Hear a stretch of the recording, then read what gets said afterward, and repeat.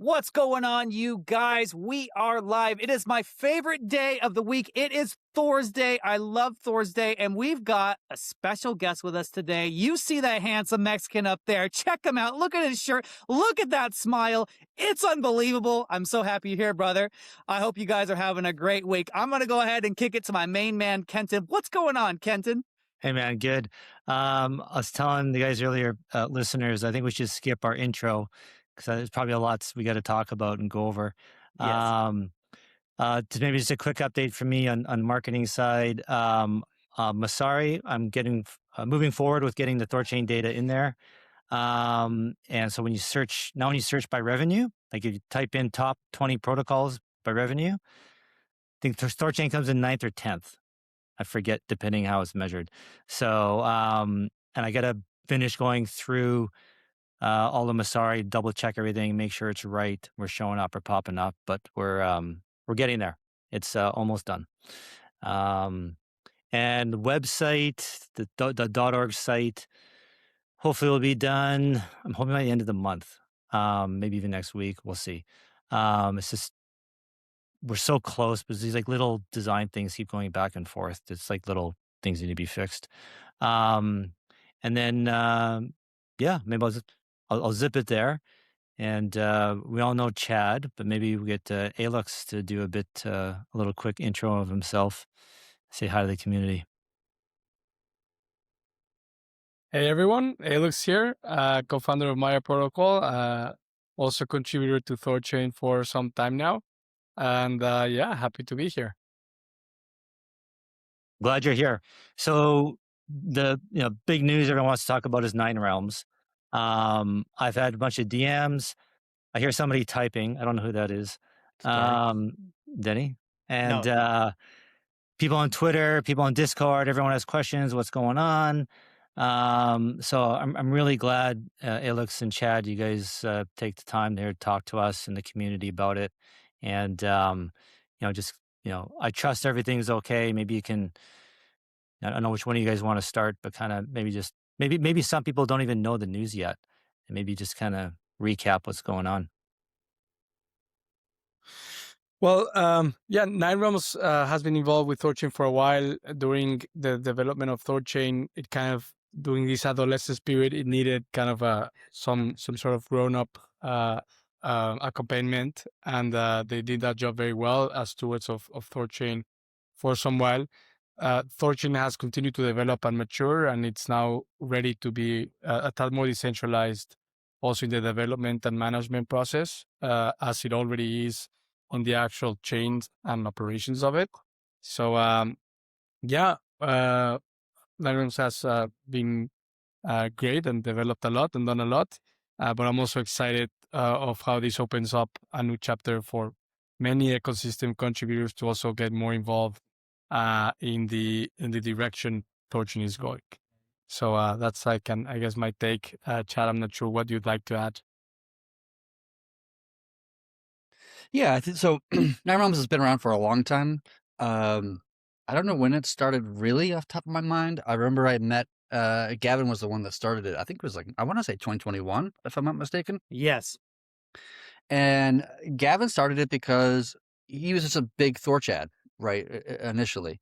And he just loved what we were doing, loved the problem we were trying to solve, and wanted to help from a different perspective. So initially it started on the idea of doing institutional liquidity, right? That was the founding kind of notion, was that the Nine Realms wanted to play a role predominantly just trying to pull institutions into this kind of liquidity on THORChain.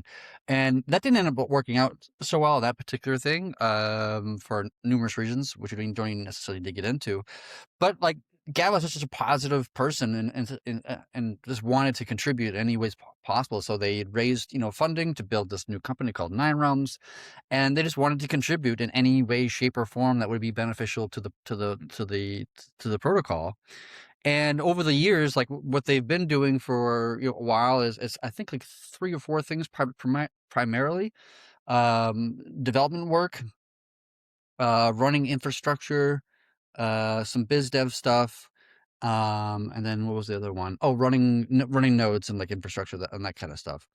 And we're now like kind of stepping back from them being running as much as what they were running. So the nodes, for example, those bond providers are going to be moving to other nodes out there, and kind of having just redistributing those people to a larger group of operators, which is kind of further decentralized in that particular context.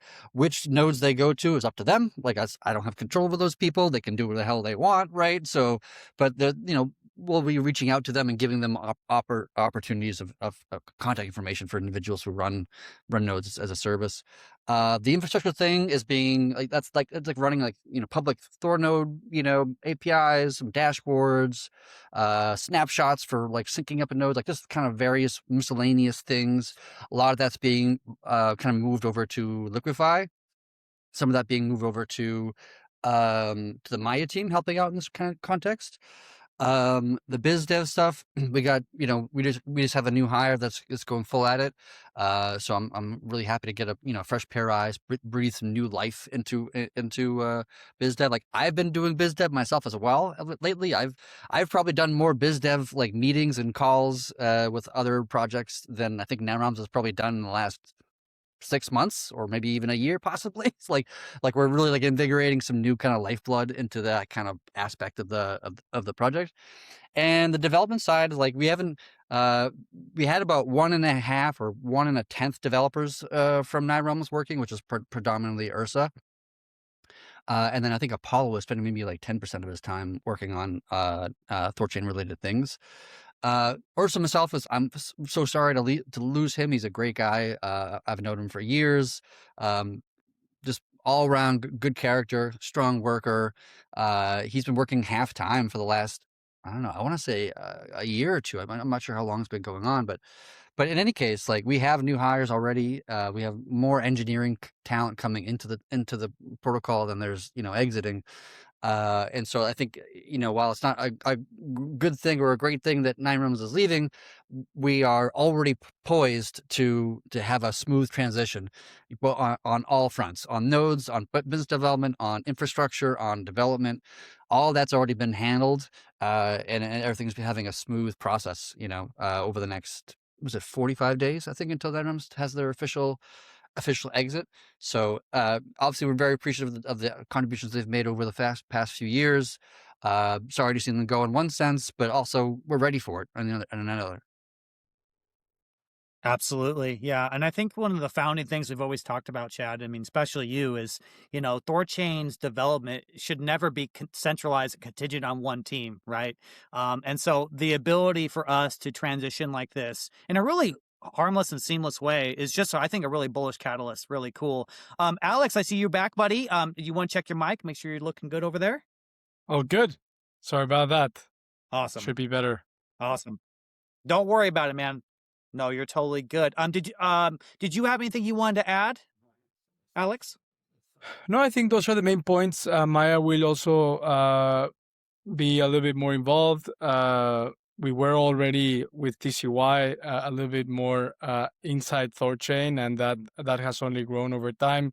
One of the devs that Chad is mentioning that will be involved on Thor node comes from Maya. We're very happy to see him contribute to the THORChain, and things looking good. I'm excited and hopeful and ready to go with what this next chapter is.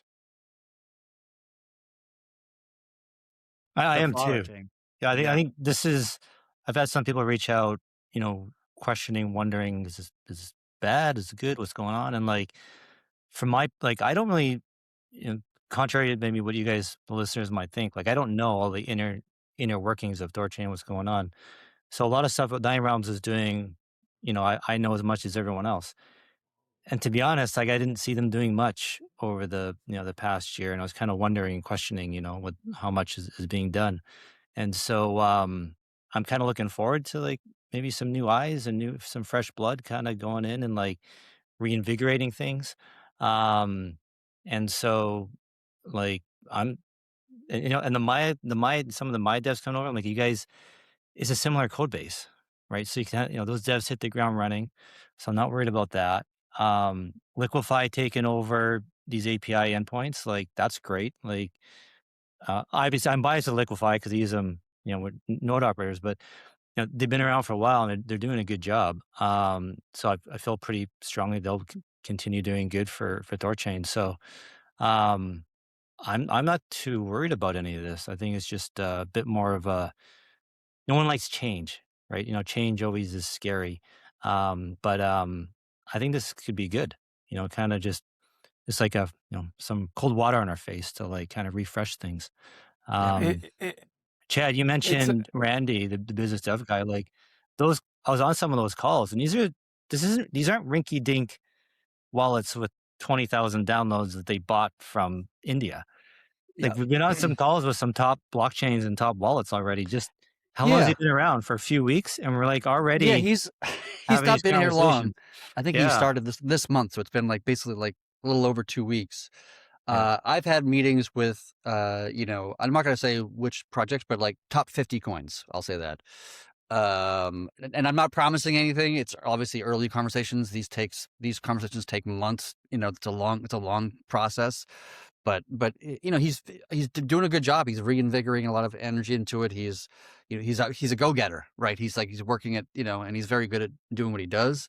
So, and I'm holding hands with him the whole process because he's new to the project. I'm obviously old to the project, and you kind of put us together. We're kind of a good team or a combo, and we both do these meetings together, and we try to understand what the other project is doing and how we can be of service to them, or they can be of service to us, vice versa, whatever, mutual benefit or whatever.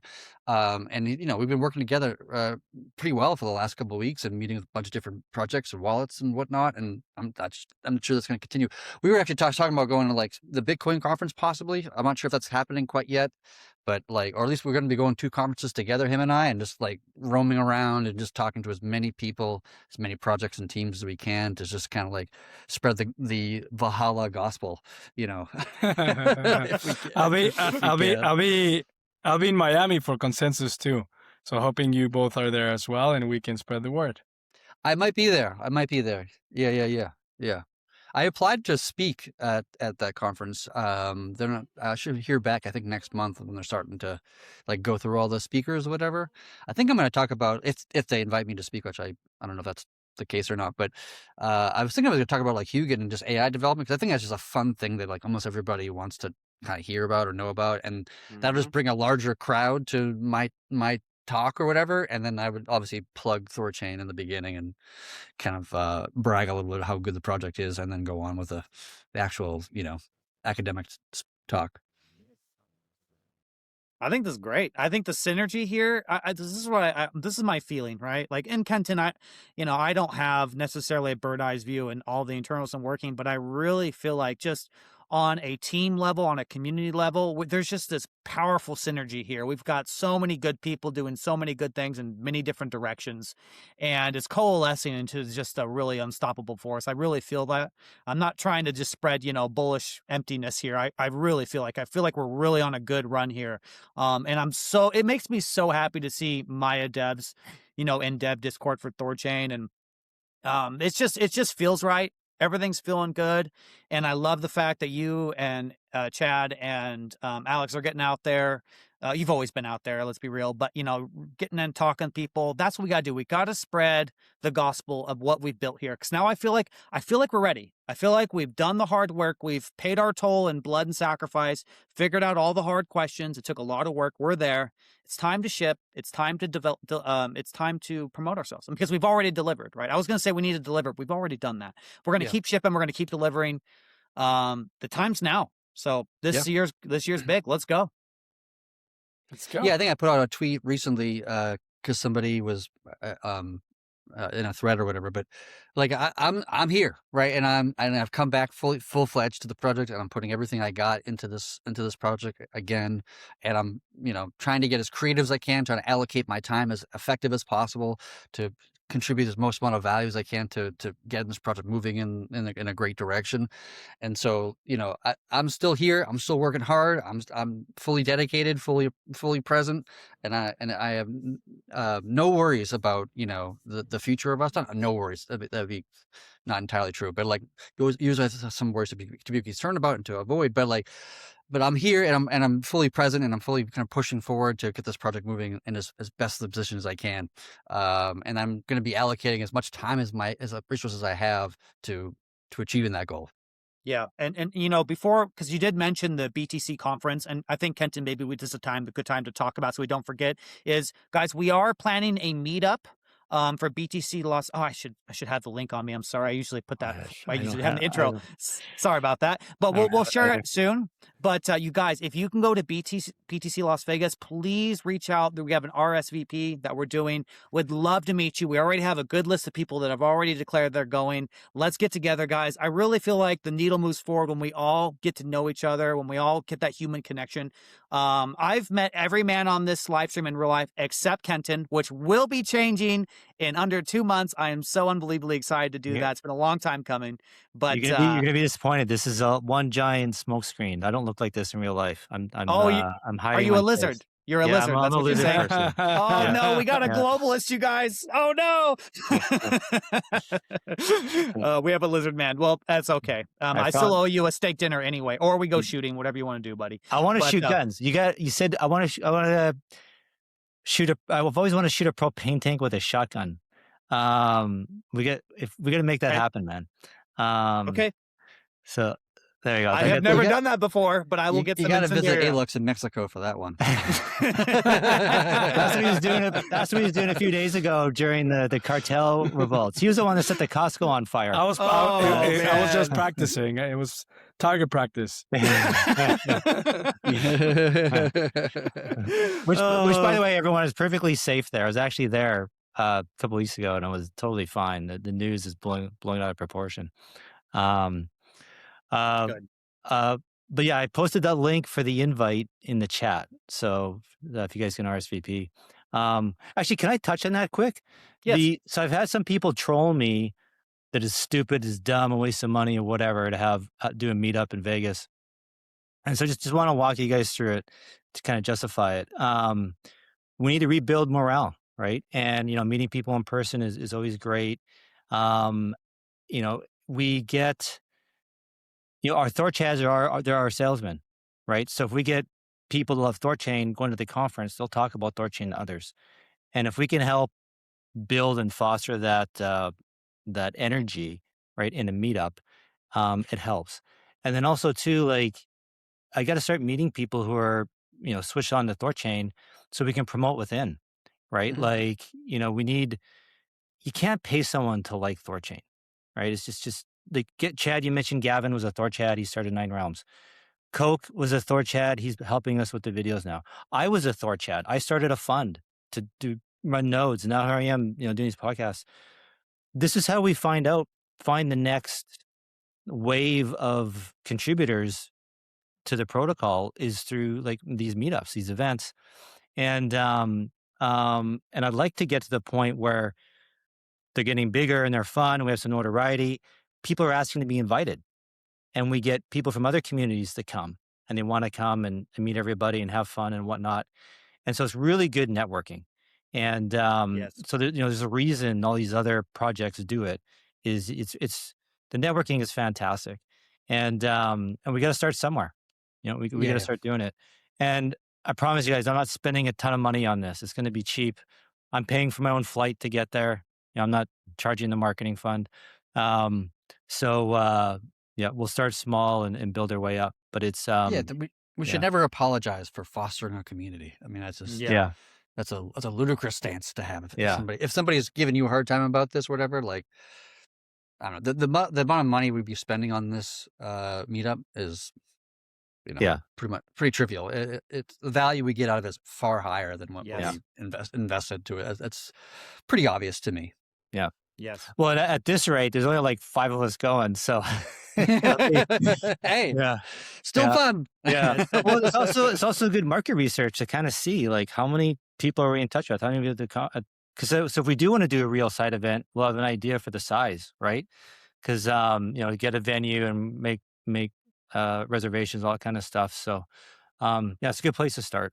And guys, if you're going to be in Vegas, please come. It'd be great to meet you. Bring whoever you want. More people, the better. So, Yeah. I'm gonna try and bring some girls. I got a few girls I know that Las Vegas. So There you Well, go. not Some paid Thor, girls. some Yeah, Thor not- chicks. no, Yeah, no, so they'll not come. working They'll come girls. free. Yeah. My charm is all I need to pay them with, buddy. That's it. Don't worry. There's no money involved, Kenton. You can't pay somebody to be a Thor chat, but you Yeah, can pay exactly. somebody to come with you She's to a Thor chain yeah. event. I'm gonna see. We She's can pay them she's to love Denny, but we can't pay him to love THORChain. well, she's a business owner, so we'll see if I can get her to come. I'm thinking long term, like, you get people like maybe primitives like Mocha or Bior Labs or something. Like, I really want them to get in touch with what's possible because we're not quite there. I think we're early, but these days are coming. So I just I'll do anything I can to spread awareness. And the people who are giving you a hard time about this meetup, Kenton, we will duct tape them to the propane tank that we blow up. Okay, this is ridiculous. Look, no violence, please. Danny, No violence. You sound more Mexican than me, Danny.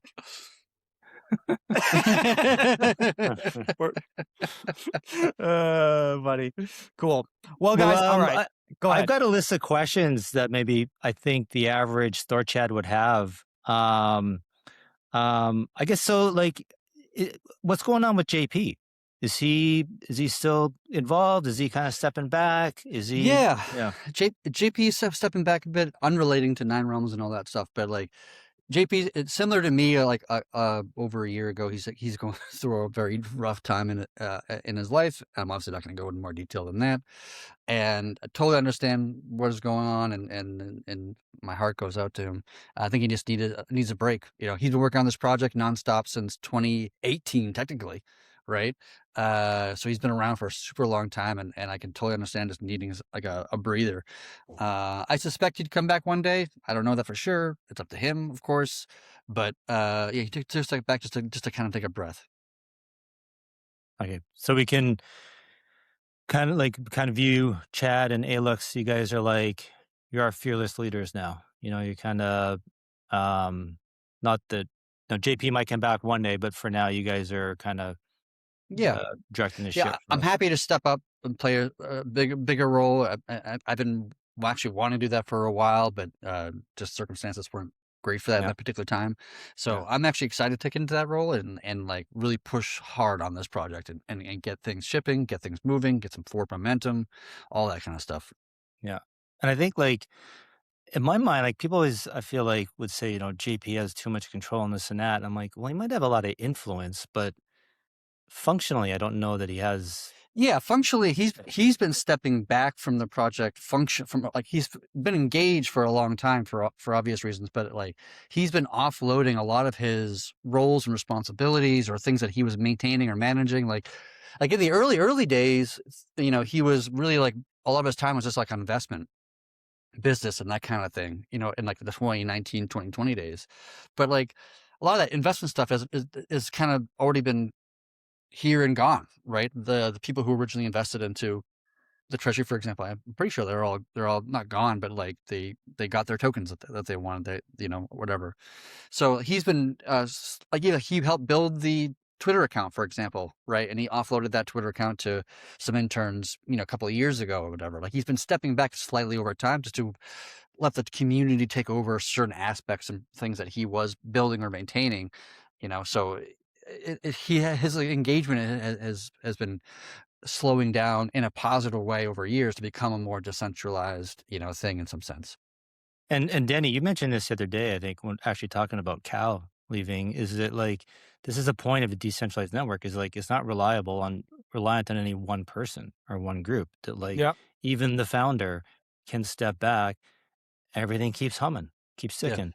Even Nine Realms can step back. Everything keeps going. We don't, we can just, other people can come in and whatnot, but the protocol itself keeps functioning. Blocks keep getting produced. So it's just kind of like the natural evolution of things that change is inevitable. Yes. So, okay, cool. Well then, we went over Nine Realms a bit. Are you still looking for more devs to hire to help replace? I mean, I would love to have more devs. It's just a question of budget more than any other reason, to be honest with you. That's something for the treasury to kind of, think about all that kind of stuff. I've been in conversation with other people. Like there was a guy I was talking to on one of our our merge requests for BitTensor, asking if he'd be interested, right? This is like a couple weeks ago, whatever it was. Yeah, so I think I'm always open to new talent, and if there's somebody that comes by that is like would be an amazing fit for the project, like I think I'd push the treasury to hire that individual, and, and all that kind of stuff. So, but I think we're good for right now, to be honest with you. Like we're not like, we have everything we need, to be honest. We Yeah. got a ChainNet team, we got multiple devs on the THORnet side. We have 70 PRs merged for 317, right? Like we're getting a lot of things like done. Things are getting shipped. We just enabled rapid swaps, earlier today. That just flipped on. We got memos outbounds probably gonna be flipped on probably next week. We got Solana just rolling out. We're increasing the pool size there. We got Zcash coming out. I mean, there's a lot of things happening, and we're able to do all that with the team we have now. You can even exclude the 9realms people, and we still have the team needed to achieve accomplish all those things. So it's always good to be on a lookout for new talent, because when new talent shows up, you have to snatch it before somebody else does. But we don't really. There's not like a gaping hole that we need to fill right now. So can I interject real quick? Because that was actually a question a community member wanted me to ask on the show, was the whole BitSensor integration. So he wanted to know what was looking at that. So apparently the integration was good because you want to hire the guy. So is that a fair statement? Well, to be honest, I haven't even reviewed that code. So to be fair, to the situation, anybody who's actively trying to contribute to this code base signals that they have an interest in working with this project, that they like this project, that they want to work with it.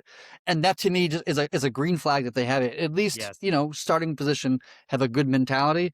Obviously, have to review their skill sets, and what their skill sets warrant the salary that they might collect or whatever. But like I just, when somebody comments on a merge request that's not part of our development team, like I'll probably just poke the person, are you interested in working?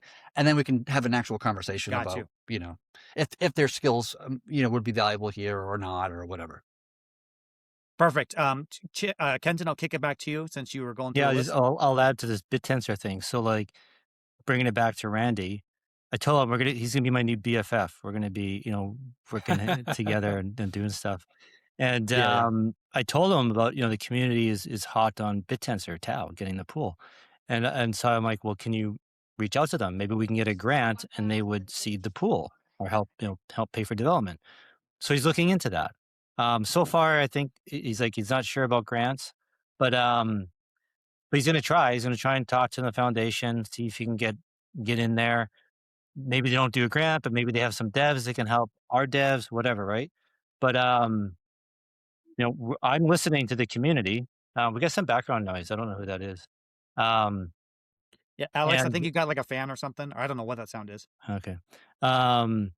Anyway, just to kind of highlight my new BFF, Randy. Like he's already on it. He's I'm giving him ideas and he's running with it. So so we'll see, guys, about Tau. Yep. See how it goes. Yeah, and I was talking with the ChainNet team about Tau earlier on Wednesday, I think yesterday, and I think the intention here is to generalize this implementation. I think it can be reused for like a bunch of different like substrates, like Polkadot, for example, and so we might generalize this thing to sorry, getting a phone call. Generalize it so that we can reuse this code base for any kind of substrate based integration we want to make. Nice.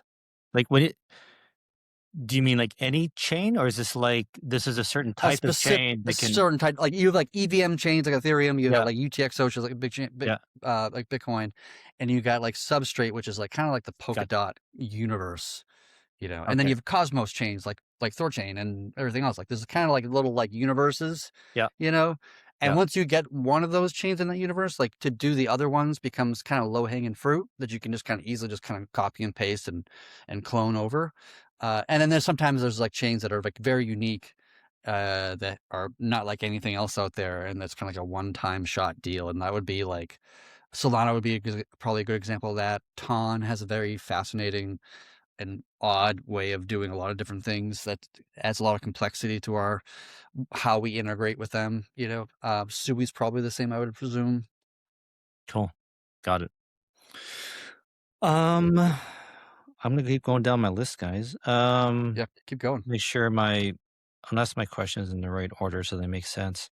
Um, you mentioned the nine realms nodes and bond providers, so it should be, in theory, the BP should stay. They should, if they're still bond providing now, they should continue to want to bond provide later. They just need a new node operator, so that makes sense.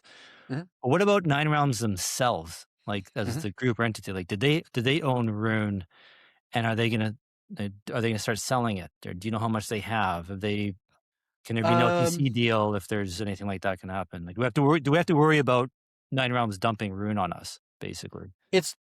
I do know they have some. I'm not going to reveal like the amounts or anything like this. I don't want to dox them in that kind of way.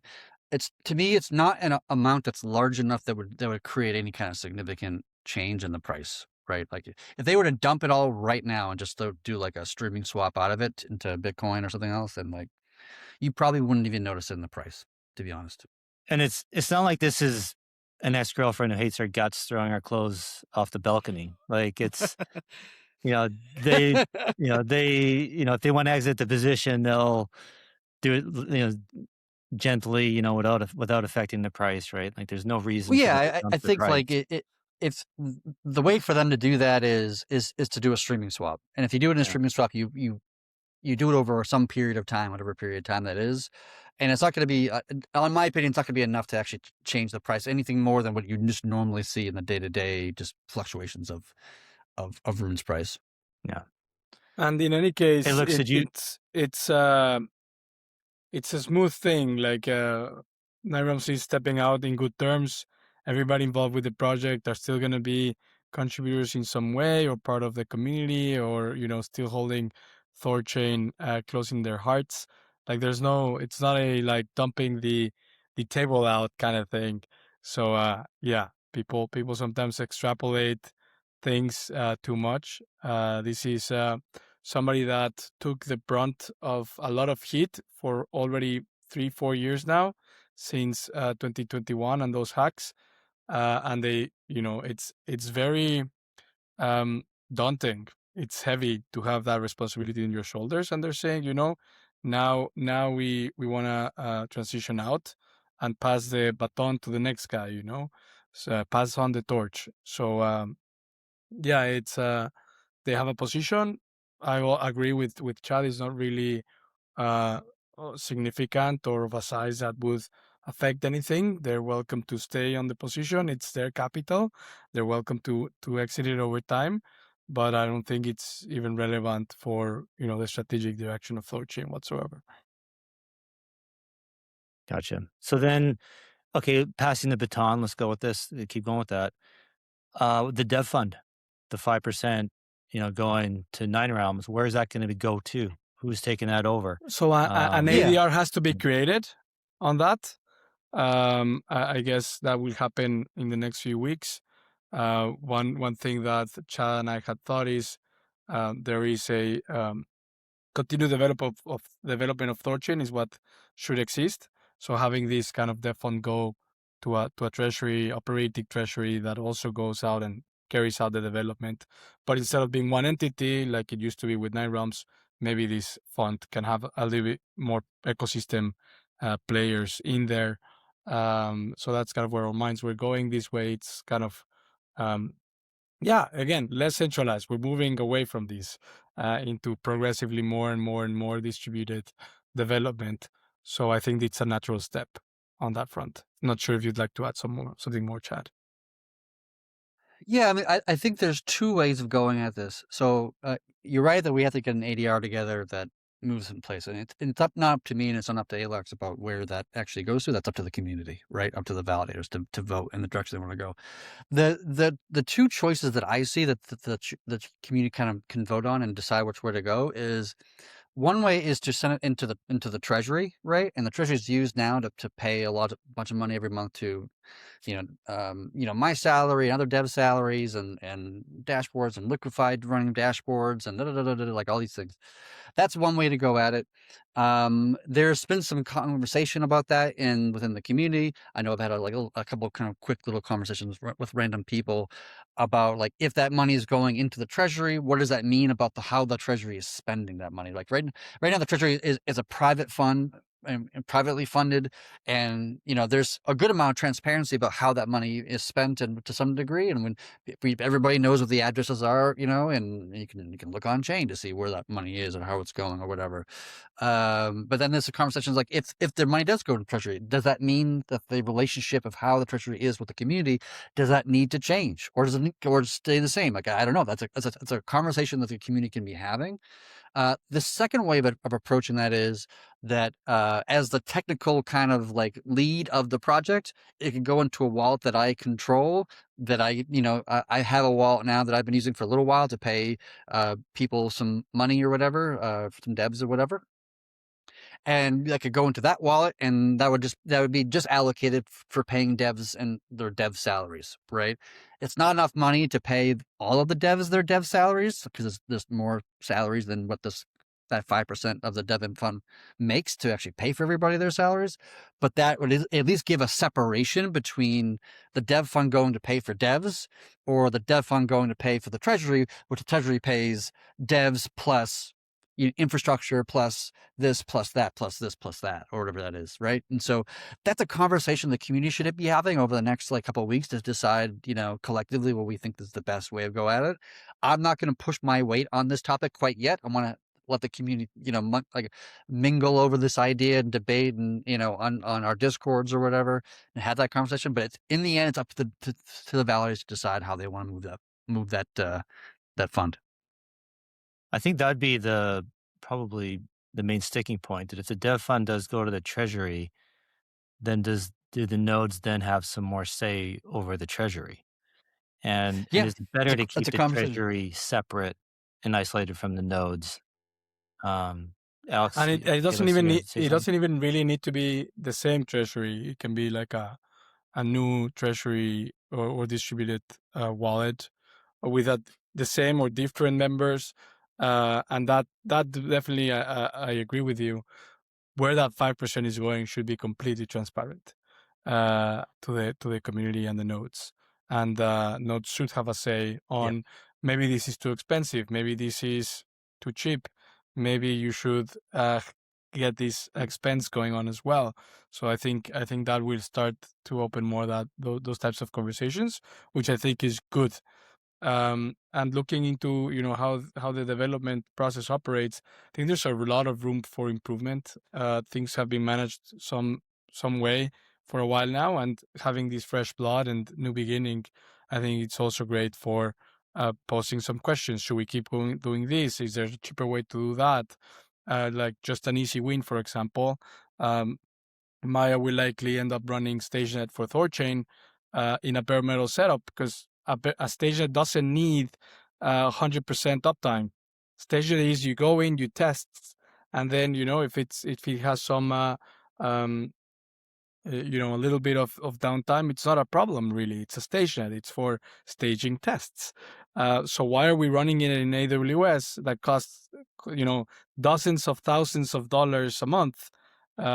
Which of course is a drag on any setup you have. It be Defn, be Treasury, be whatever. It's money you have to pay.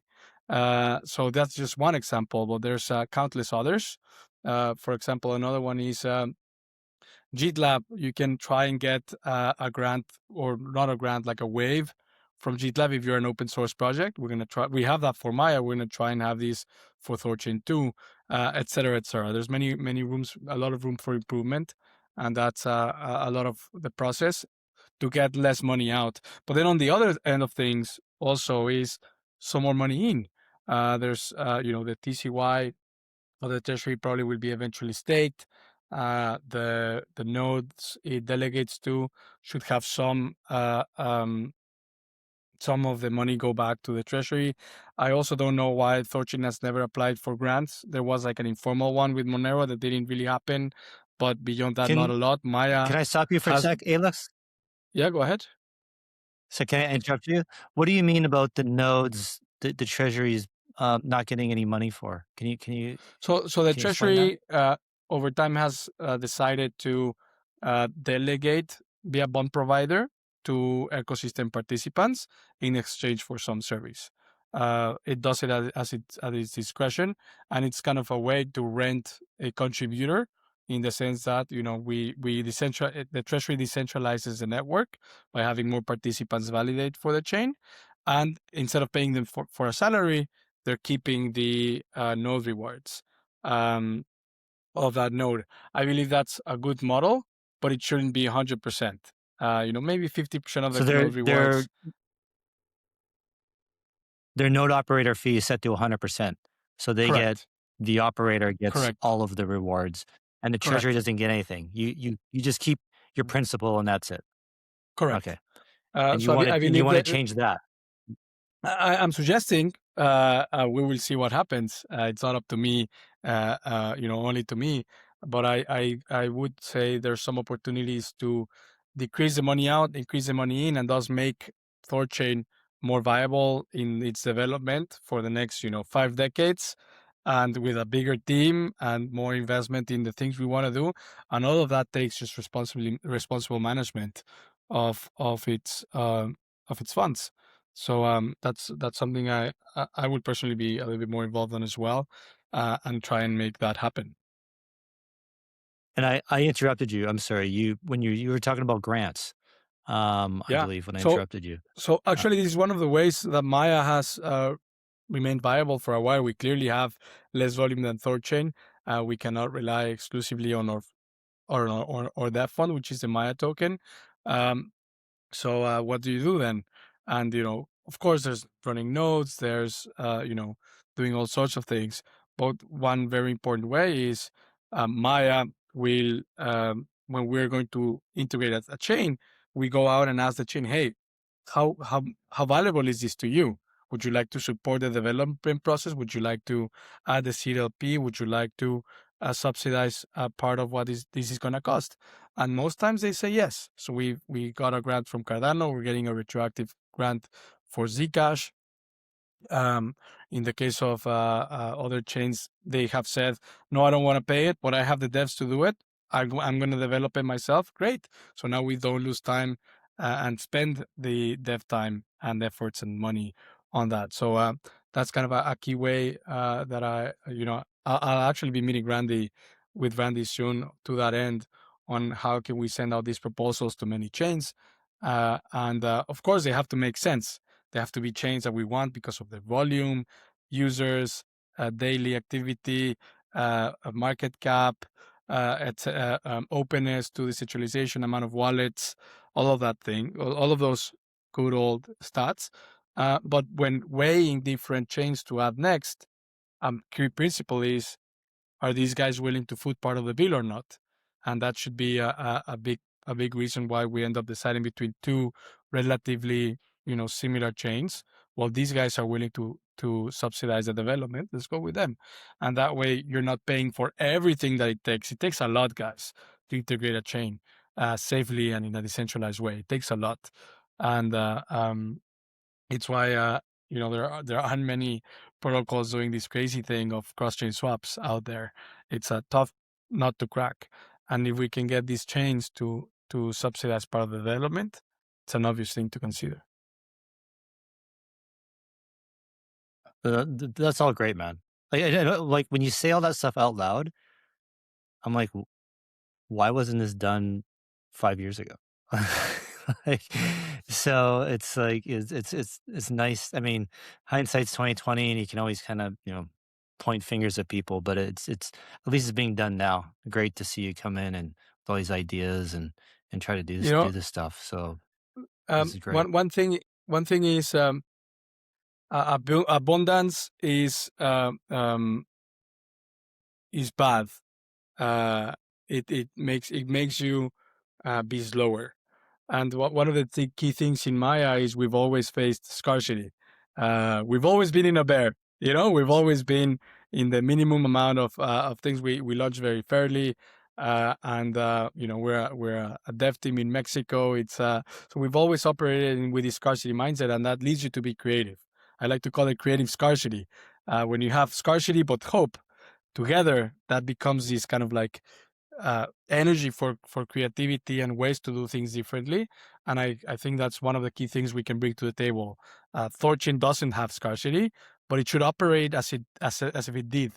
because then is when you really create something that's sustainable for, the ages. And that's what we should be working on here. Yeah. Speaking of that, I don't know, Chad. I know you've been super busy, especially with like the rabbit swaps thing and all that jazz. But we did do a live stream with the Xano guys, and I've actually been doing a lot of spaces with them on the side. Shout out to Dash, Joel, and I've got a good relationship to them. They are a fork of CryptoNote. And Okay. Kent and I talked to them for a while, and they're releasing something called gateway addresses. I don't know if anyone's talked to you about this yet, but it basically makes the integration into a DEX much simpler. Forecasted to come out in 2 to 3 months, but super solid community. And they already said, Kenton, you can correct me if I'm wrong, but I'm pretty sure they said, they'd be more than happy to contribute dev resources, whatever needed to help get a chain client going. Yeah. And their community reminds me of the passion of kind of like Luna. Like the cool thing about Luna, what happened on THORChain, like we had so much swap volume because the community was so freaking down to have Luna available for a decentralized thing. So I just want to put that in your ear. Super awesome community, and they share our ethos 100%. And they said they'd provide liquidity. Yes. So like, I don't know if, to be frank, I don't know what their treasury is like. I don't know if they'd actually pay us, but they'd probably do as much for free as they could. Like help everyone write the code, give liquidity. I think I was actually thinking about them like Dash. Like I was really, I feel like THORChain kind of fumbled. We should have integrated Dash because their community was engaged, and that's how I see like Xano. Like their community is engaged, and it's one thing to add new chains, but when we add new communities who then become our fans and they go sell THORChain for us, they talk about it. This is great. This is awesome. Like you can't pay for that, and when we find them yeah, go ahead. Interestingly, the grant process helps with the community building, because during the grant, we're out there explaining, getting that proposal on, you start getting some stakeholders involved and invested, and that, gets some connection with their community. But then once they actually pay for it, now these guys, whoever, let's say it's the Solana Foundation, now these guys have a cost. Now they have an incentive to actually make that investment worth it. So they will actually help co-opt you with their community. So, it's one of those things that's counterintuitive. Because they're paying, they're actually wanting to bring their community even more, which is great. And of course, we should also be doing a big effort in, reaching out to them, in welcoming them, in keeping our culture toxic free, and, friendly. We are the glue of crypto. We should be a very friendly glue. So we should work on that. It's also why I suggested, having to bifurcate the dev Discord into the dev Discord and the other Discord we have for like the open community. That's something I suggested, and it did happen, and it's great because that other Discord can be much more open to anyone that comes and joins. So that's a key thing. We should be somebody that's great to hang out with, because then people stick around. 100%. Yeah, years ago, I remember coming up with a overly simple mathematical kind of equation on this topic. Like, I've always thought, like, if you thought about how much trade volume is this coin, right, or market cap, could go by either. Trade volume is probably a better metric to use. On a 1 to 10 scale, like, how good is it? Like 10 being Bitcoin and 1 being barely existent.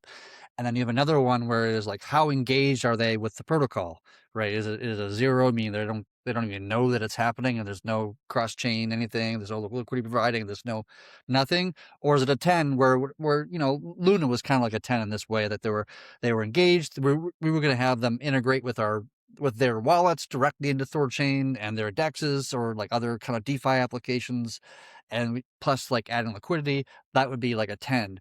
And you take these two like numbers, 0s to 10s on both sides, you just multiply them together, and that gives you some sort of like general idea of like how valuable this chain would be to add to like THORChain as a chain. And I think people underestimate this side of the equation, meaning the cooperation aspect to it, and people are more focused on, or overly focused on, how much trade volume or what the market cap is of the token. And it's so many times we've added chains and we get almost very little volume from it. Just didn't because nobody knows that we even support that particular asset or chain, a lot of the times. And so I'm more interested in adding somebody that's a smaller market cap asset, but is highly engaged with the protocol than I am with adding the next, Polygon or something that's very, very large market cap system. I would argue that's pretty much Xano, because Kenton can back me up on this. They made the effort already to make gateway addresses. CryptoNote, because we asked them a question like, well, how do you buy Xano? And this guy who's like got 50,000 followers on X, like, well, you can use MXC or, Cake Wallet. You have their answer wasn't clear, right? They did not have a clue to such a simple question. How do you buy Xano? And they didn't want it. So and them making the gateway addresses before talking to us shows that they're thinking ahead, like this is what they want, right? They want to be integrated. They want to give their customers a way to buy Xano.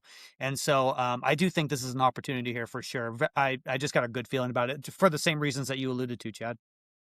And if their devs are engaged, like they could be working on Xano in parallel to another token being added to THORChain, right? Like it doesn't necessarily need to be an either or. We can have multiple tokens being worked on at the same time being added to THORChain, right? So I'm glad you brought that up, Chad, about how to pick it, because this is I've noticed this conversation has picked up in the community about who's deciding what chains and how they're getting on, and how do we decide on like Toncoin and Cardano and whatever. And I remember in the past when we only had I think we had 5. THORChain started with 5 chains and was like, what's the 6th we were going to add? And I think it went to a node vote. And I'm curious, should we kind of reinstate that where nodes vote on what chains they want to see added next? Yeah, we could do it that way. To be honest, I would recommend not doing that way. And the reason why I say that is because it's not just about what chains you like, right? It's more complicated than I might want to add a chain to the protocol that I think that chain is stupid, right? I have no interest in that chain personally, but that's not my bias. Feelings about that chain has nothing to do with whether they add it or not add it or whatever. And there's a lot more than what meets the eye. Part of it is who we can actually make a contact with, right, from a business development side, and if they're willing to engage in that sense. And it's also the technical complexity of adding this chain. It could be really low hanging fruit. It could be highly expensive technically, like XMR would be very expensive, for example. So there's too many kind of attributes or complexities to it for a node vote, because most node owners probably don't deeply understand these things well enough to be able to make an informed decision about these things. So the better way of going at it, in my opinion, is we switch the protocol to being an opt-in chain security kind of model, where we can just release a new chain. Let's call it Solana, for example, right? And then if nodes want to add it, then go ahead and add it. And if you don't want to add it, then don't go ahead and add it. And that way, your nodes are voting in effect, because they get to choose which chains they want to add or support and which ones they don't want to support. And so it does come down to a node vote in the end. But to get everybody to a 67% kind of agreement on whatever the next chain is, that's going to be an extremely hard thing to do, because some people are going to say it should be Monero, and some people are going to say it should be Zcash, and some people are going to say it's going to be Xano or Xano, whatever how you pronounce it.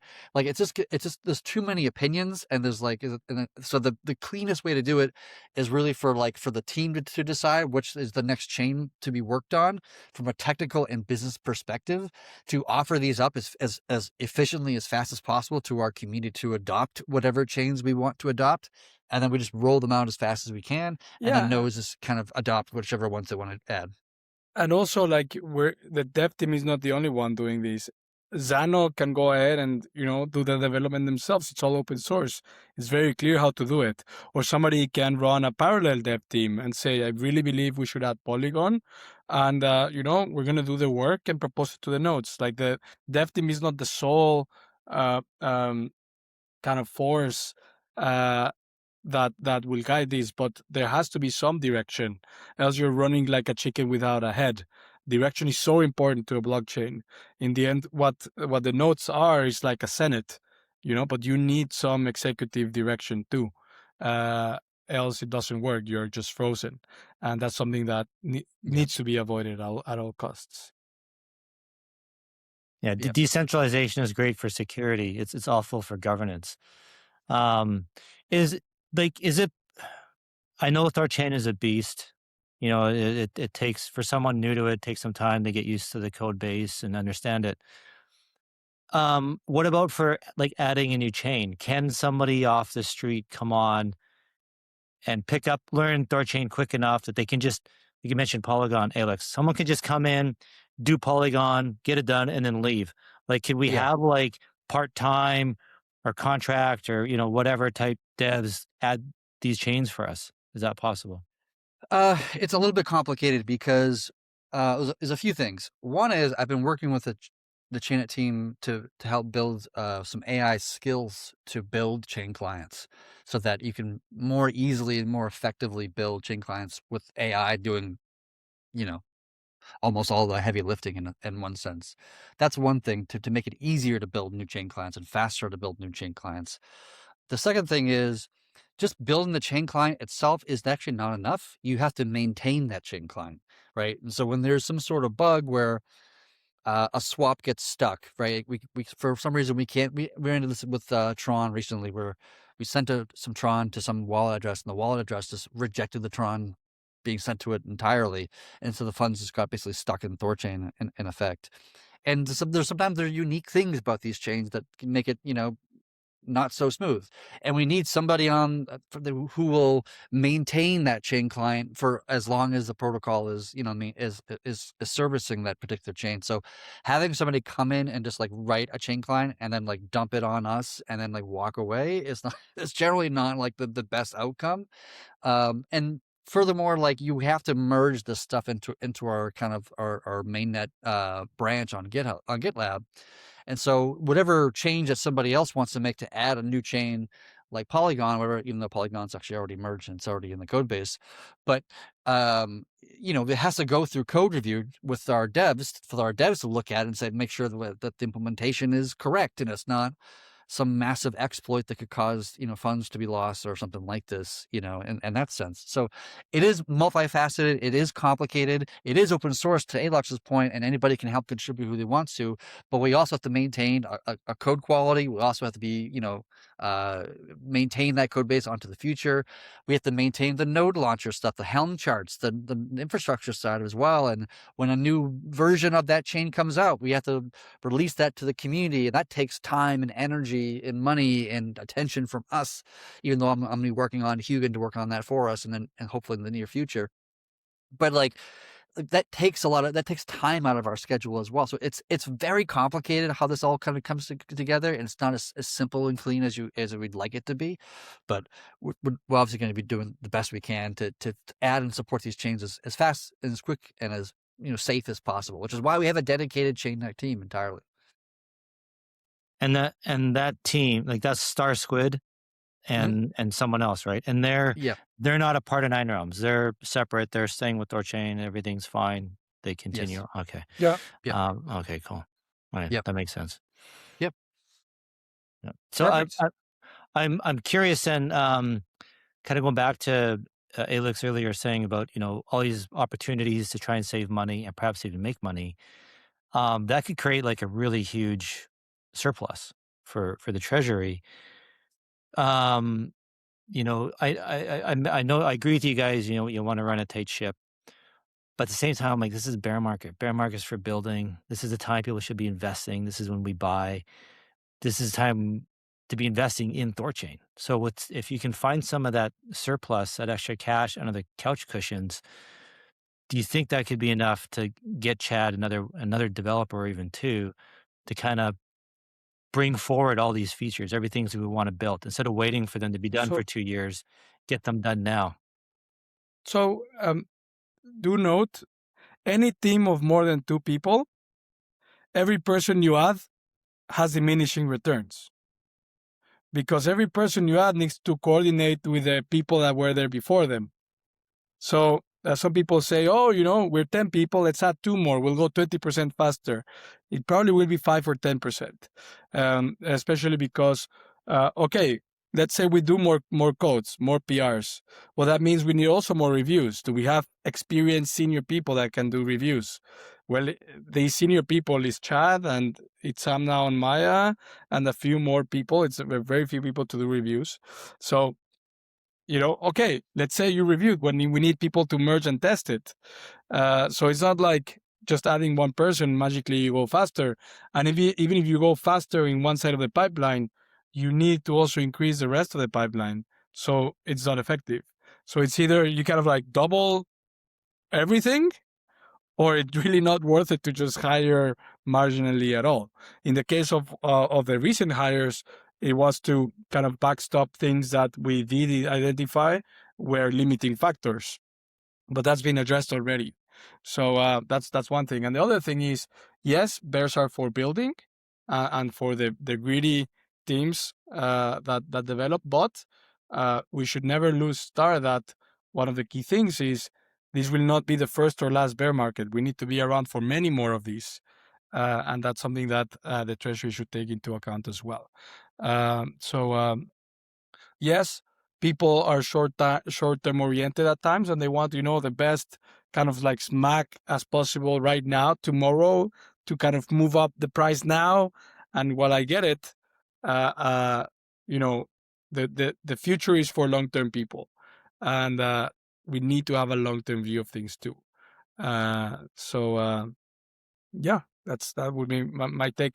That doesn't mean that the treasury should pull back and not invest, and not develop and just freeze. That, of course, is not anywhere near what we're suggesting, just that it should be responsible. Responsible is the word. Right.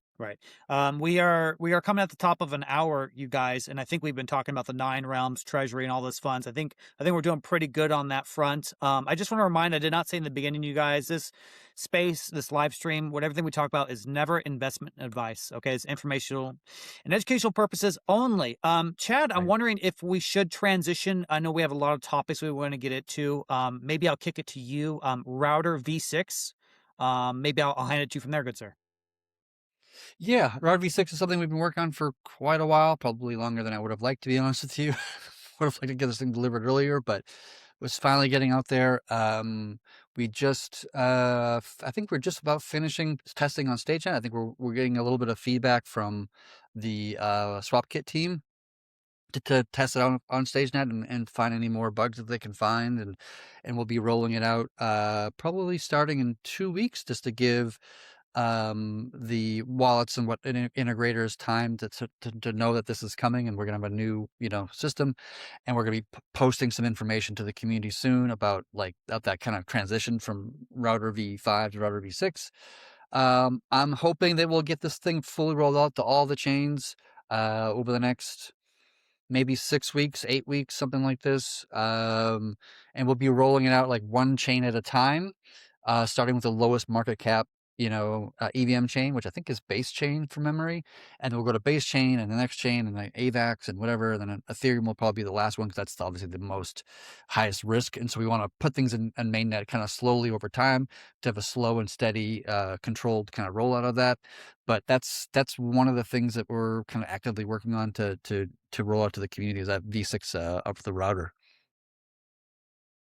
Perfect, guys. You heard it here. And yeah, that makes total logical sense. Really excited to see how that transpires. I know people have been really asking me about that. So there you go, guys.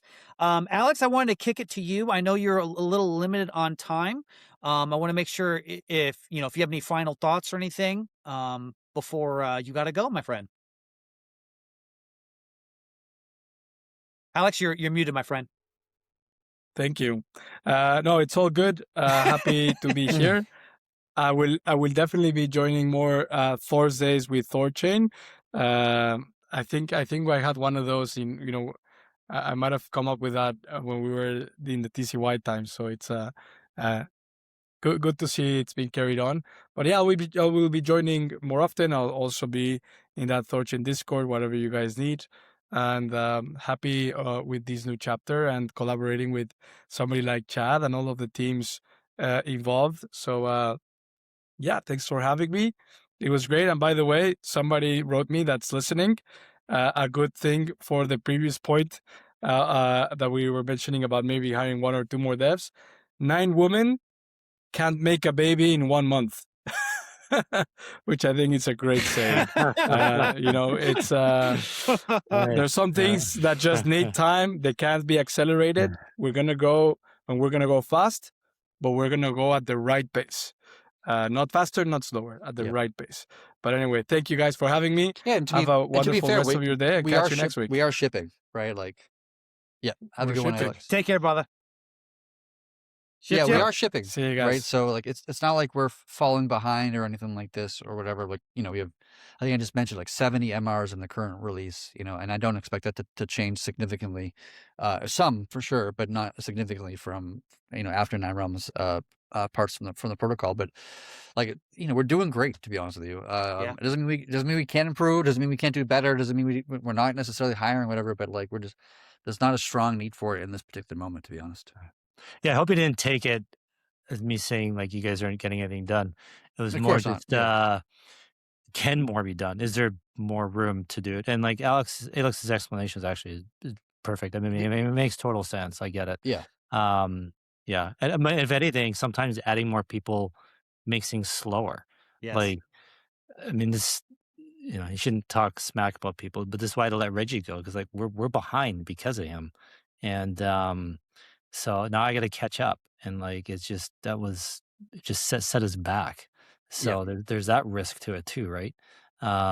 So it's not just simple as just adding a human. All of a sudden, everything is going better. So, and it sounds like the replacement is doing a fantastic job. So right? He's doing okay. This boss is a bit of a hard ass, but yeah. Forgive me, I might have missed, maybe I didn't heard, but Alex said is the treasury adding some Solana to the pool? Is that, did you say that? I think it's happening today or tomorrow, about another 50, 60K being added to the Solana pool. And then we'll probably add more in a week or 2 or whatever it is, just to kind of slowly roll out the Solana pool. And then after that point, I kind of want to investigate stables, because I always like adding stables to THORChain. It's another source of information for the Tor kind of algo there. And then whenever we pause trading on Ethereum, for example, we lose a bunch of stables because we paused that chain and we don't have a lot left over. So if we have another chain we're adding where it has stables on it, like a Solana, I like to investigate, if there's more stables to be added to the protocol. So a stable that keeps popping up in my mind is Ripple, RLUSD, and we would. I don't know XRP that well, but I'd imagine we'd be one of the only dexes that has XRP and the stable coin. And that's something we could promote to their community. And you found this earlier, Denny, they get the problem with sexes because XRP was delisted. And so I'm even if it's just $25,000, just something to get it going. And so this is what I was hoping with Randy, that he can poke around these foundations and maybe get them to seed some of these pools for us. Yeah. They got money too. They got money to burn. Yeah. Can I interject here? Because I'm in touch with the XRP community quite a lot. That's the story I tell them all the time, Chad. I don't know if you remember this. I think it was 2022. It was a long time ago. But that's when the SEC cracked down on them, right? And said that there was security. 2021, actually. 2021. Thank you. Yeah. And you said at the time, if XRP was on THORChain, then they would not have to have worried about it, right? They would have had an alternative way to make it. And that's really impactful on them that, the core, co-founder of THORChain said that. So I have a pretty good relationship. In fact, Kenton, their XRP meetup is actually the same time. I'm going to be in Las Vegas for the BTC conference, and I'm already planning on going on the 29th of April. So I'm going to, nice. So I will be in touch with them, and I'll do my best. If you got some can you ask them if anyone has any ins with, because I know Ripple is the entity, right? It's separate from the blockchain. Yes. And so I'm assuming Ripple acts like the foundation, for the blockchain. So do any of these people have ins with Ripple, the entity, that could perhaps, give us a grant to fund this liquidity? I don't know. Can you poke around and ask? Because then we can stick Randy on them. We can get these names to Randy, and Randy can work his magic, and that's his job, is basically networking, right? And Yeah, so basically. he needs a place to start. So for those who don't know, XRP is a really huge community. Like they have they have a whole different factions, right? They have like the institutional players. They've got the really cool DeFi players, and they're really cool, you guys. They have the same ethos. I'm telling you, don't talk smack on the XRPers. Those guys are awesome, and they believe in a multi-chain world and all the stuff, privacy, no KYC. Yes, I'll absolutely do that, Kenton. I'm going to do everything I can because they've been asking for that stablecoin RLUSD 100%. So yep, you can count on me to do that. Yeah, because and forgive me if I'm wrong, Chad, but now that the XRP blockchain is there, adding RLUSD should be simple, right? It shouldn't be that hard. Yeah, to it should add just the be, pool. just add the pool, and Yeah. it won't be immediate. It has to go through a pool churn, which I think happens every 3 days. But as Yeah. long as the quantity, it's not like I forget what the exact amount minimum requirement is off the top of my head. I think it's like 10,000 rune or 10,000 rune. That's Yes. what I thought too. something Yeah. like 10,000 rune. this. So it's not like a huge amount of money that you need to throw into it just to get the pool started, but just go ahead and get it started, and then get 25 grand, 50 grand, 100 grand in it. So 10,000 rune plus the other asset. So it'd be Yes. say 4,000 something. $4,000 of rune, $4,000 RLUSD. Yeah. I mean, those people in your network, Denny, all those guys, I mean, if they can't scrounge together $8,000 of RLUSD between them, stop talking to them. They're not worth your time, man. Those losers. I mean, even like $100 each or something. But yeah, well, I guess the issue is there's no yield going to the pool, so it's hard to sell them on it. So Yeah, I think it's more like at this point it's more of a strategy from the ecosystem's perspective rather than a strategy as an individual perspective. Yeah. Right. And so it's the same thing with THORChain, like in terms of like our treasury, like we invested what was $100K, whatever it was, into the XRP pool. We didn't do it for the yield necessarily. We did it because it was valuable to the ecosystem as a whole to add this chain and get access to XRP and all that kind of stuff. So it has to come from the same kind of mentality. Yeah. At least for the time being. Absolutely. Yeah, I'll do my best, my guys. Really cool people over there. I still have a lot more people to meet. It was huge. It's such a big community, much bigger than ours. So, finding the winners is difficult. Okay, so we had the Solana rollout, Chad. A next topic, Zcash. Maybe you want to talk about that a little bit? Yes, Zcash will be the next one after Solana. It's right now it's being tested on the chainnet kind of StageNet infrastructure. We're working on getting the infrastructure like Helm chart stuff merged. The code's already merged. It's being tested. I think we'll be able to get this done probably in late April, maybe May. We'll be able to do like a mainnet launch for Zcash and get that kind of rolling out. So that's going to be the next chain added, and I think it's going to be a big one. Because if you look at Near's like volume, a huge chunk of it, a surprisingly large chunk, to be honest with you, it comes from Zcash. I don't know if you can share the chart or whatever. I'll put it in the chat here. Put it in the chat there. If you want to bring it up on the screen, Denny, you can. But I think last I looked, it was a huge chunk. It was Zcash. It's actually, for a while, Zcash was getting more volume on Near than Bitcoin was, and that was like for I don't know a month or two or wherever it was. And I was surprised that Zcash was getting that much volume on the exchange on Near. You can see right there in that donut graph. Most of it is USDT or USDC. That's like, what is that together? That's almost 70-80% of their volume is just the stables alone, and Bitcoin is at a 6.5% for their total trade volume. This is in the last 24 hours, by the way. And Zcash is only like 1%, less than 1% behind that. That's pretty surprising, if you ask me. And those stables, like, I can't help but wonder if this is just all wash trading. They're just juicing up the metrics to show they got volume. It could, but it's it could be just like going back and forth, wash trading back and forth between, Yeah.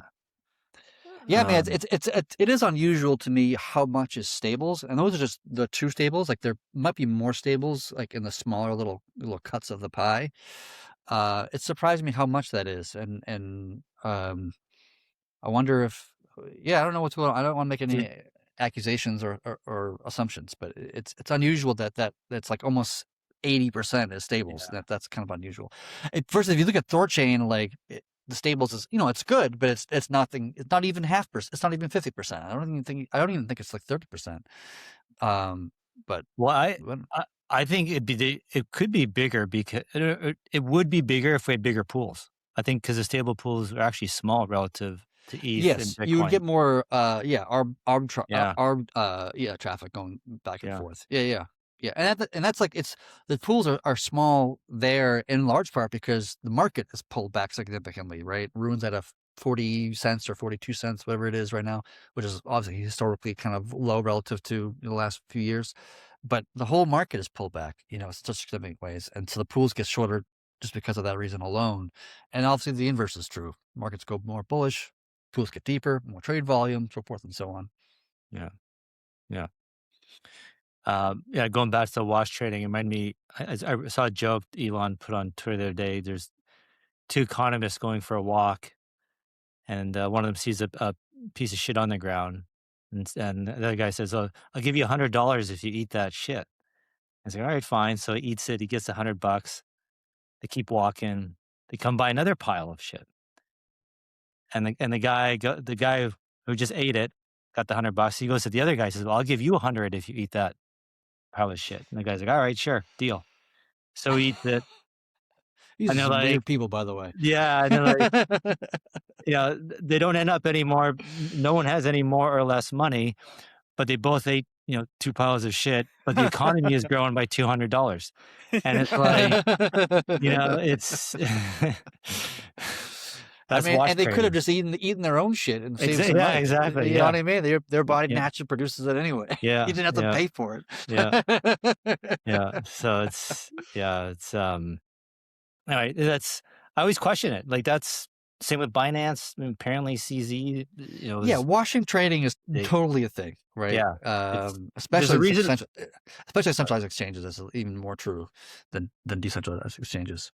It's a reason why it's illegal. There's like laws around it, right? Because it can be paints a really different picture from reality and can really screw people. Yeah. So, but I've never gotten that vibe from THORChain, and I always felt like I don't think there's any wash trading. I think it's all real. So, well, who would do it if somebody was doing it other than the Treasury? The Treasury has no interest in wasting money in that way, right? Yeah, yeah, right. There's because you're still going to pay the fees when you do the wash. Like if you were trading just between stables on THORChain, you're still going to pay whatever the fees are, right? Yeah. And like, is it really worth the money? No, it's not worth the money. I'd rather just spend the money and like actually get the volume by like doing something that would bring more volume to us rather than just like blowing through the Treasury's funds. That would be just so silly. Yeah. Yep. And that's why I question the stable volume on Near, because I'm pretty sure there's no fees, that it's all going back and forth without fees. Well, I don't know what it is anymore because they've made statements that they're going to change it. I don't know what's going on there, and part of me doesn't really even give a shit, to be honest with you. Yeah. They're doing their thing. They can do whatever they want. We have our strategy. We know what our roadmap looks like. We know how to achieve. So we're gonna just keep moving forward.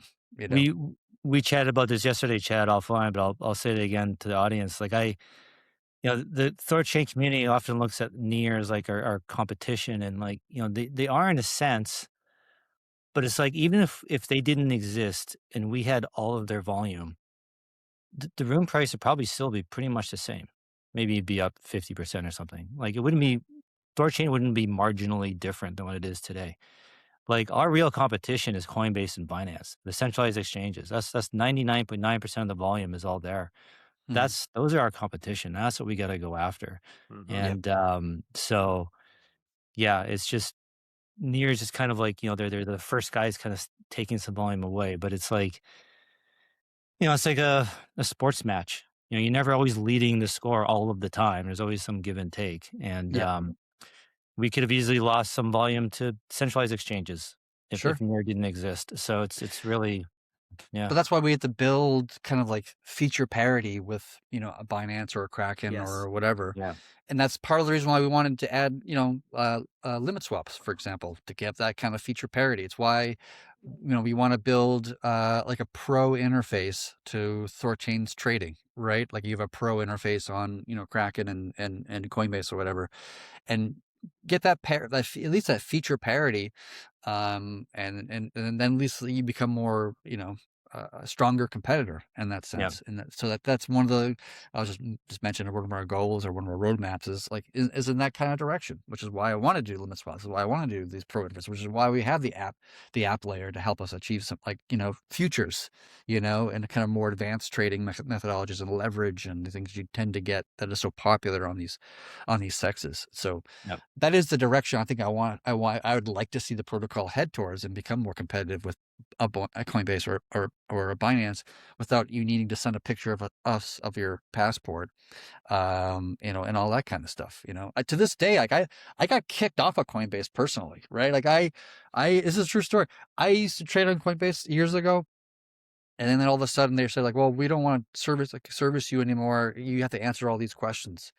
And they gave me like a list of questions, and I was reading through them like, dude, this is fucking crazy. Like I can't even remember. I can't give him a good example. I have to go back to my emails and find it. But the questions they were asking were so freaking like up in my shit that I'm like, I don't even want to deal with this. Like, I'm not going to answer your questions. And then like 6 months later, they like turned off my account because I refused to answer their silly fucking questions about. And I went to a different exchange for that reason.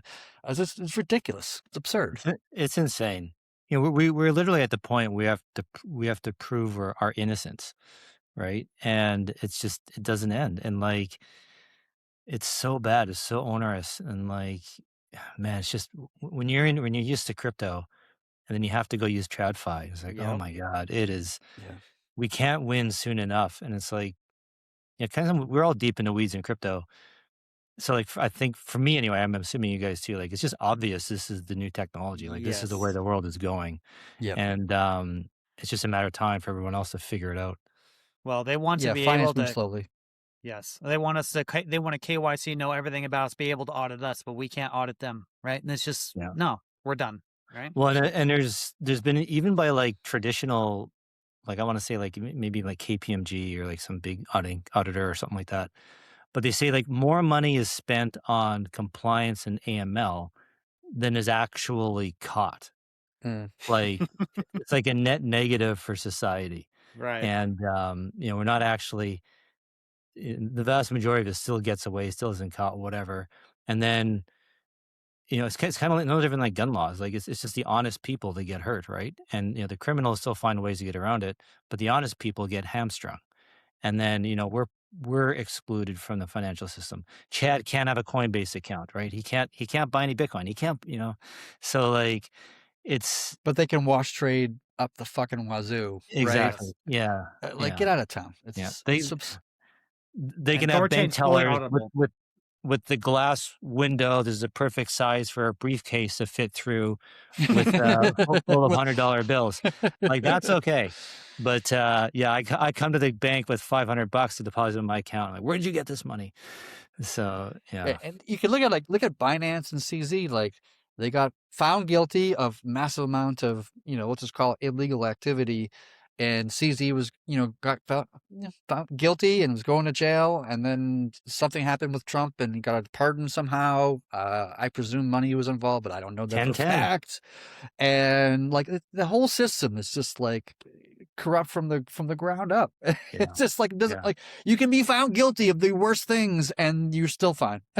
Like nothing happens to you. Yeah. And I'm just like, oh my God. Like we are ruled by criminals. It's absurd, That's what. Sorry. Go ahead. I was saying Andreas Antonopoulos had some good stuff on it in the early days about it.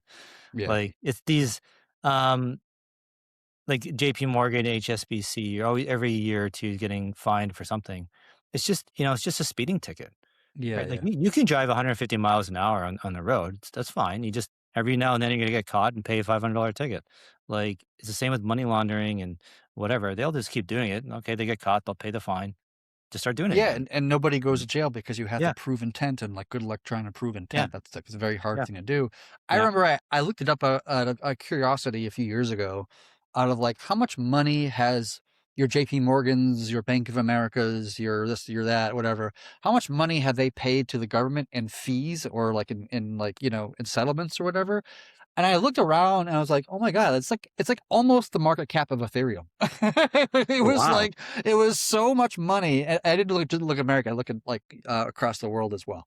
But I was just like, it's so much money they've paid out in the time that they were caught, right? And the times that they like settled or whatever, they paid out so much money. There was like almost the entire market cap of Ethereum.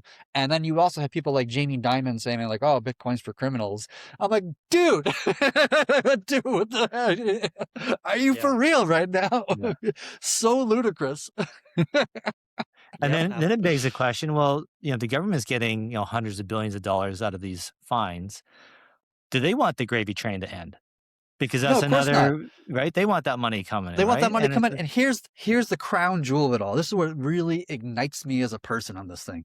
Is that, okay, Wells Fargo gets caught opening up checking accounts for people without their knowledge or awareness, right? Totally illegal. Shouldn't be doing it, right? They get caught, they pay a fine. Do they pay the people they harmed in the process? No! They pay the government the money that you lost in this fucking scam. You don't get the money back that they scammed you out of. It gives it to the fucking SEC, and they spend it on more lawyers to find more money to just... It's so fucked. Like, how can you just be like, okay, this bank just fucking raped 100 million people out of like $5 billion. Let's just give it to the fucking government and to the people that were actually harmed by that fucking organization or corporation. Get the fuck out of town. It ignites me as a person. It's the most ludicrous idea that we're for, law and order here, except we don't want to protect the people. We want to protect our personal wallets and make as much money as we can.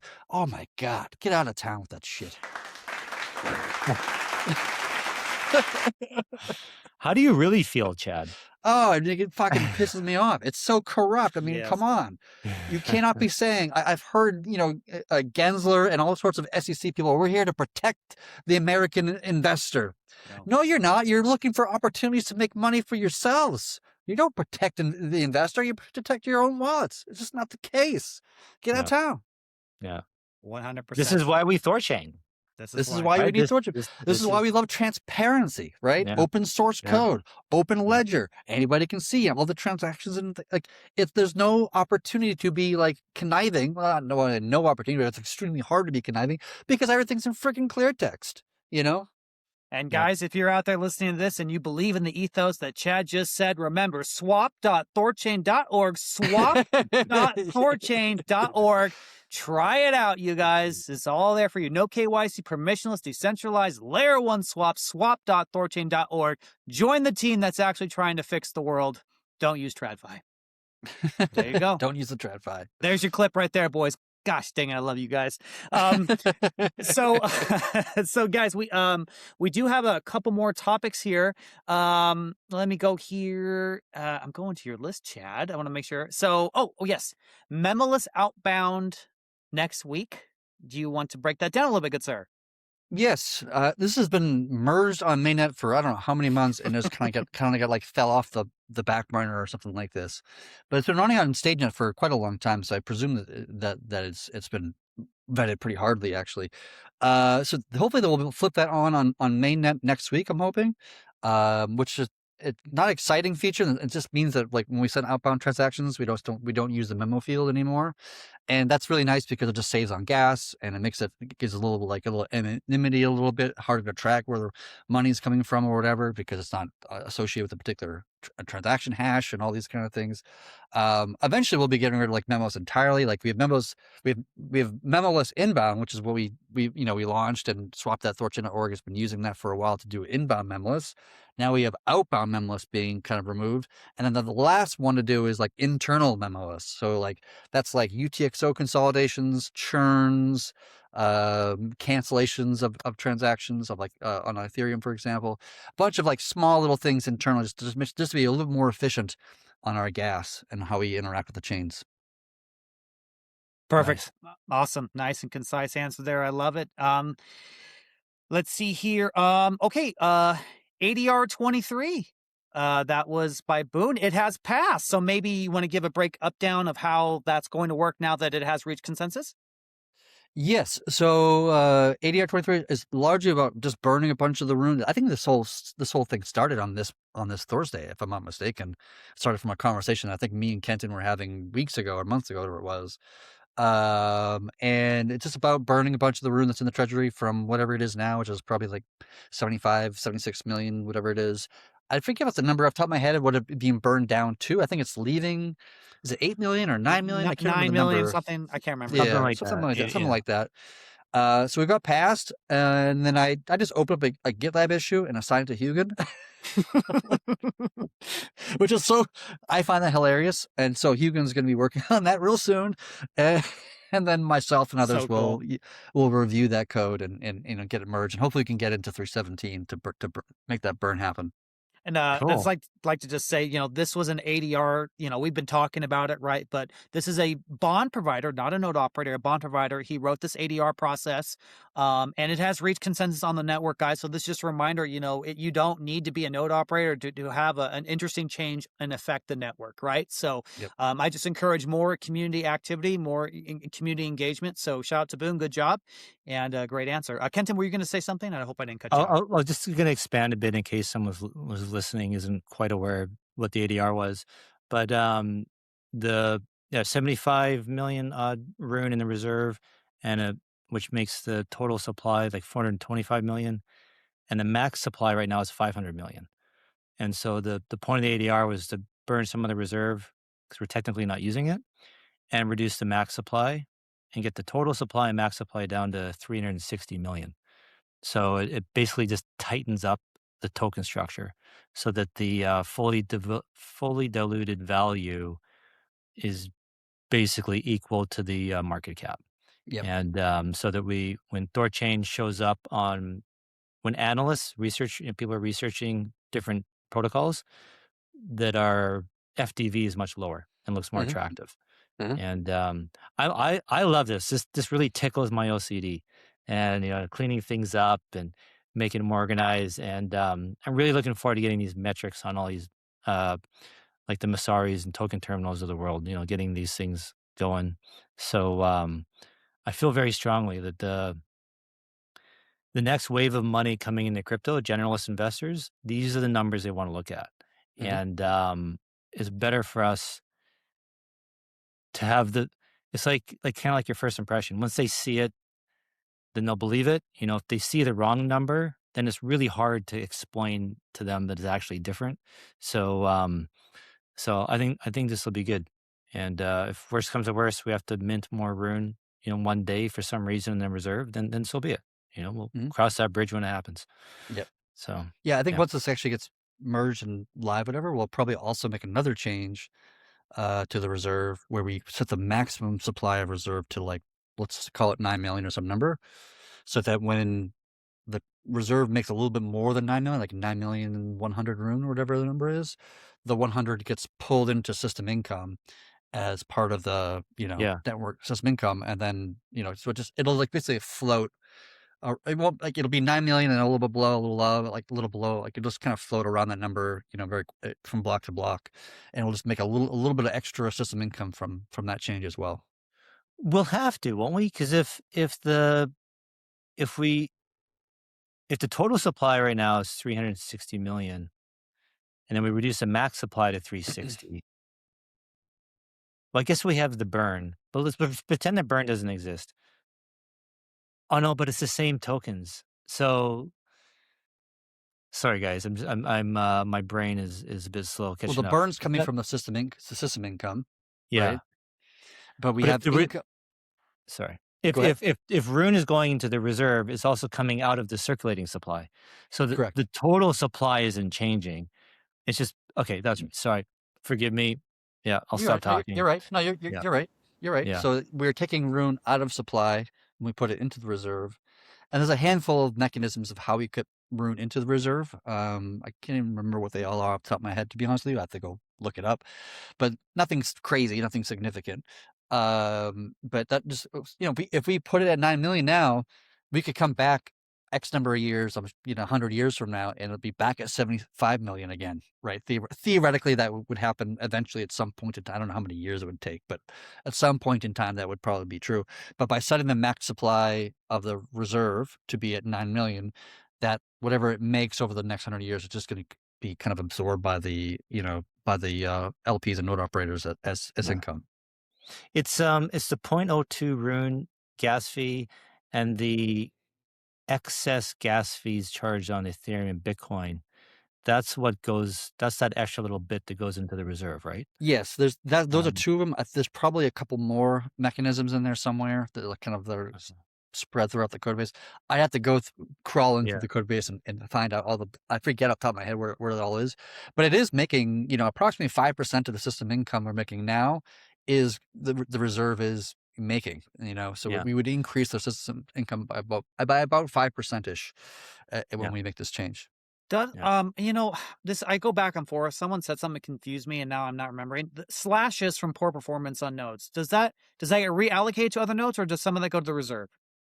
So when you get a slash, your rune doesn't get touched. It just adds more slash points associated with your node, and then that just influences how much out of the bond module, which is separate from the reserve, you get for income. Right.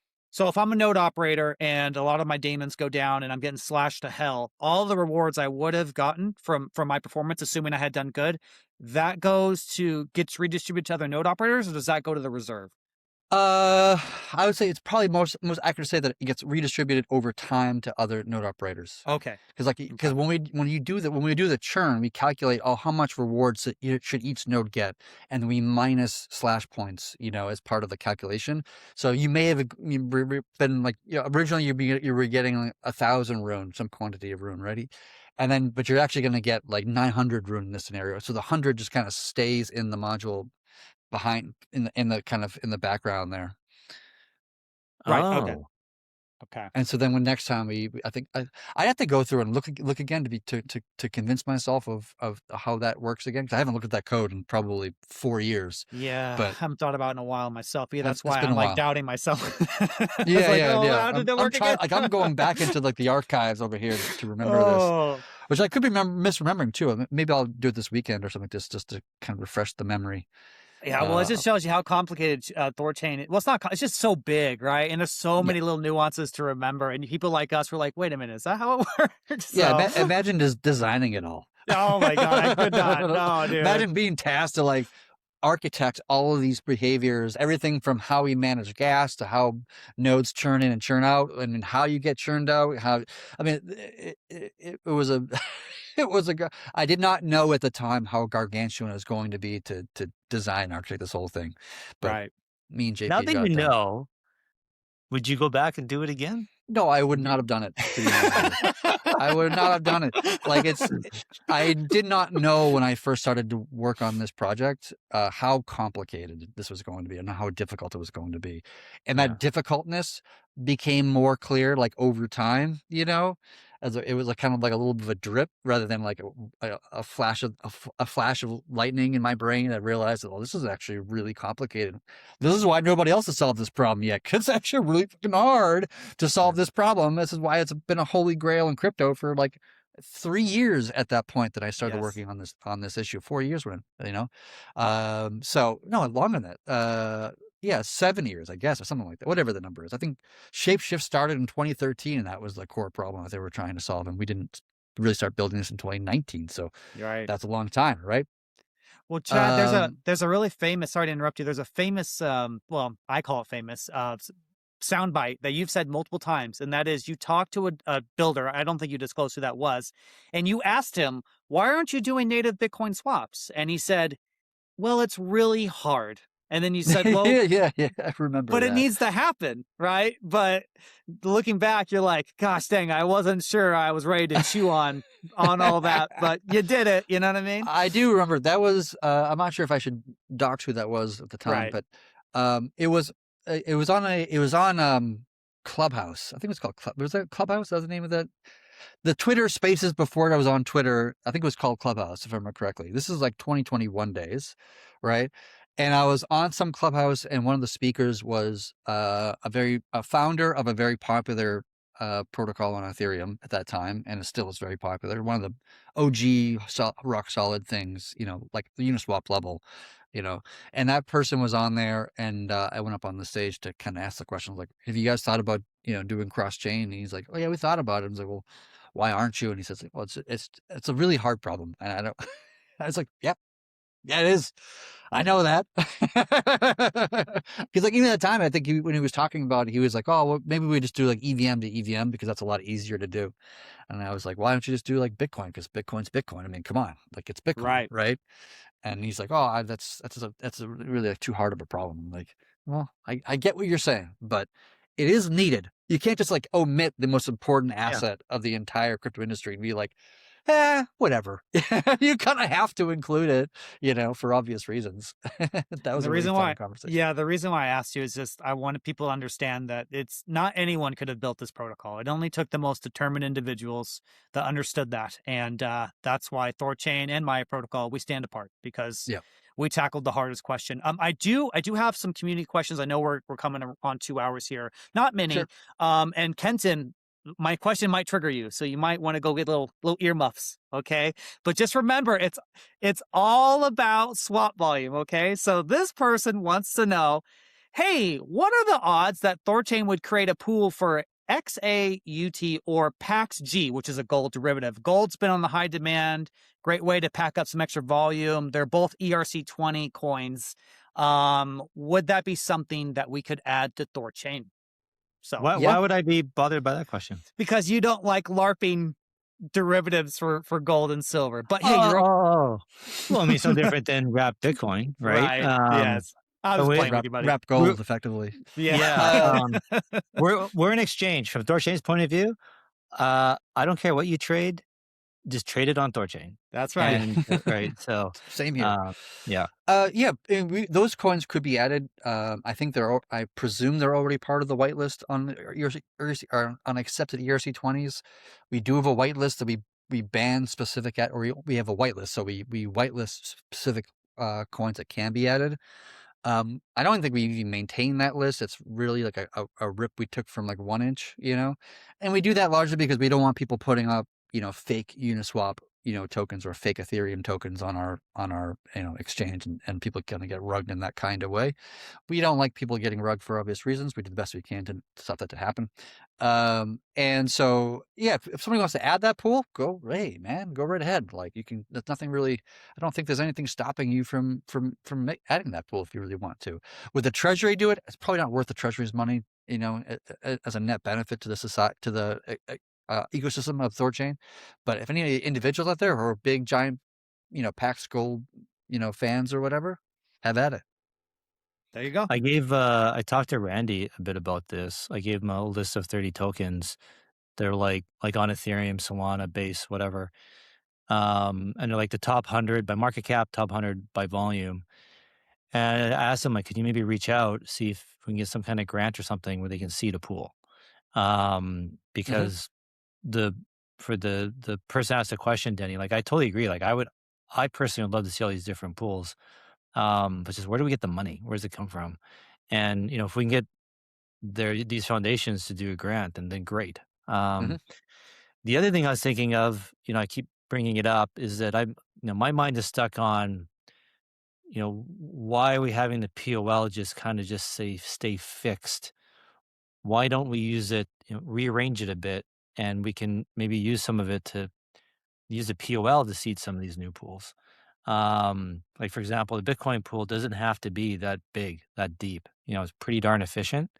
Like, I mean, we all celebrate a $32 million trade, but we're not doing them every day. And like, to be frank, there's nowhere else to do it even close. So like, if the Bitcoin pool is slightly smaller, we're still gonna be able to do $32 million trades, no problem. Yeah, the funny thing is that if in theory, when Rapid Swaps is fully swinging, which was just enabled today, and it'll take wallets have to use the feature. It has to, like, it doesn't just every trade just becomes Rapid Swaps, but that'll happen over the coming weeks. I'm hoping, but like if we were to half the size of the pool and then enable Rapid Swaps with just 2 Rapid Swaps per block, then that would effectively cancel out that in some sense. So that $32 million trade you're talking about took about 12 hours to execute on THORChain. And so we can take out half the liquidity and then enable rapid swaps, and then it would be the same, 12 hours to execute the same trade, or, so the rapid swaps is in itself kind of creating more efficiency in that kind of way, meaning that you could do a smaller pool and get just as fast performance as a larger pool because of the rapid swaps, functionality. To your point, Kevin. Damn, that's really bullish. Someone, Coke did ask a pretty interesting question. There's another one from Soda, but and I don't really understand it fully, but it says PacG, they have a fee, a transaction fee. Does that affect an integration on THORChain, really? Is this something that we can calculate? I guess this is just like an additional fee on the ERC20? That's a good question. Is it like, this is like an annual fee? Like when you hold the token, it's losing value on yourself? Or have a transaction fee, so I'm assuming the moment you all tokens have trade. They have gas fees, which is the Ethereum gas fees, but I'm assuming he's referring to that there's a transactional fee as well, including a gas fee on top of that. I don't know how THORChain would handle that, to be honest, off the top of my mind. I'd have to look more deeply at it to know, but what's most likely to happen, I presume, is that we would send a transaction to send you like 10 PacG tokens or whatever the hell the acronym is. And instead of you receiving 10, you receive 10 minus 0.02%, which might be a problem from an observational perspective. Like the network might say, like, we signed 10, but we actually sent out 9.8 or whatever it is, right? And then we might slash ourselves because we signed a transaction at a different amount than what we intended to, which the network would interpret that as like, this is an unauthorized transaction because it's not the exact transaction that we wanted to happen. So it actually might even trigger like a slashing event, to be honest with you. Wow. Okay. So maybe there's some issues with that particular asset. Good question, Coke. Thank you for doing that.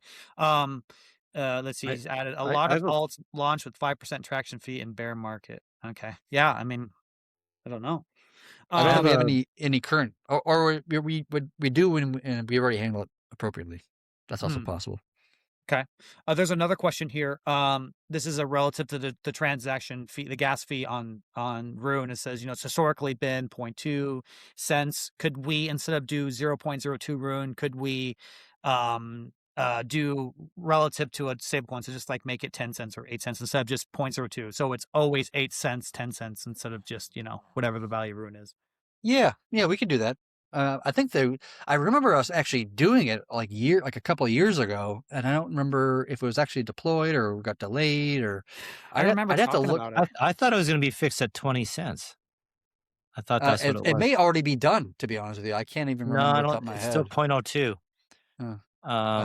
But yes, we can use Tor to effectively figure out how much room we need in this particular transaction to charge 20 cents. Yeah.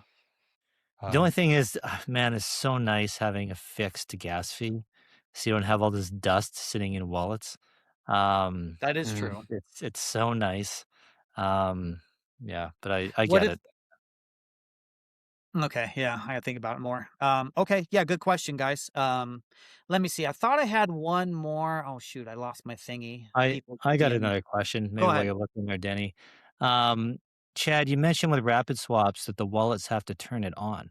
So is this like a brand new type of swap? Like, is it? I thought this all happened in the background. It's automatic. I could have done it, implemented in that kind of way, but I chose not to. The reason why is because you should be able to say, I want to use rapid swaps, and also I do not want to use rapid swaps. So you should have the choice to do either. So it's not really a new swap necessarily. It's just like the memo that you use to tell the network what your intent is. One of the little attributes you can put into that is the interval, and the interval is like how fast do you want your sub swaps to go in a streaming swap, right? Do you want like one every block, one every 2 blocks, one every 5 blocks, or you could do like one every like 10,000 blocks if you want to do like kind of like a DCA kind of like thing, right?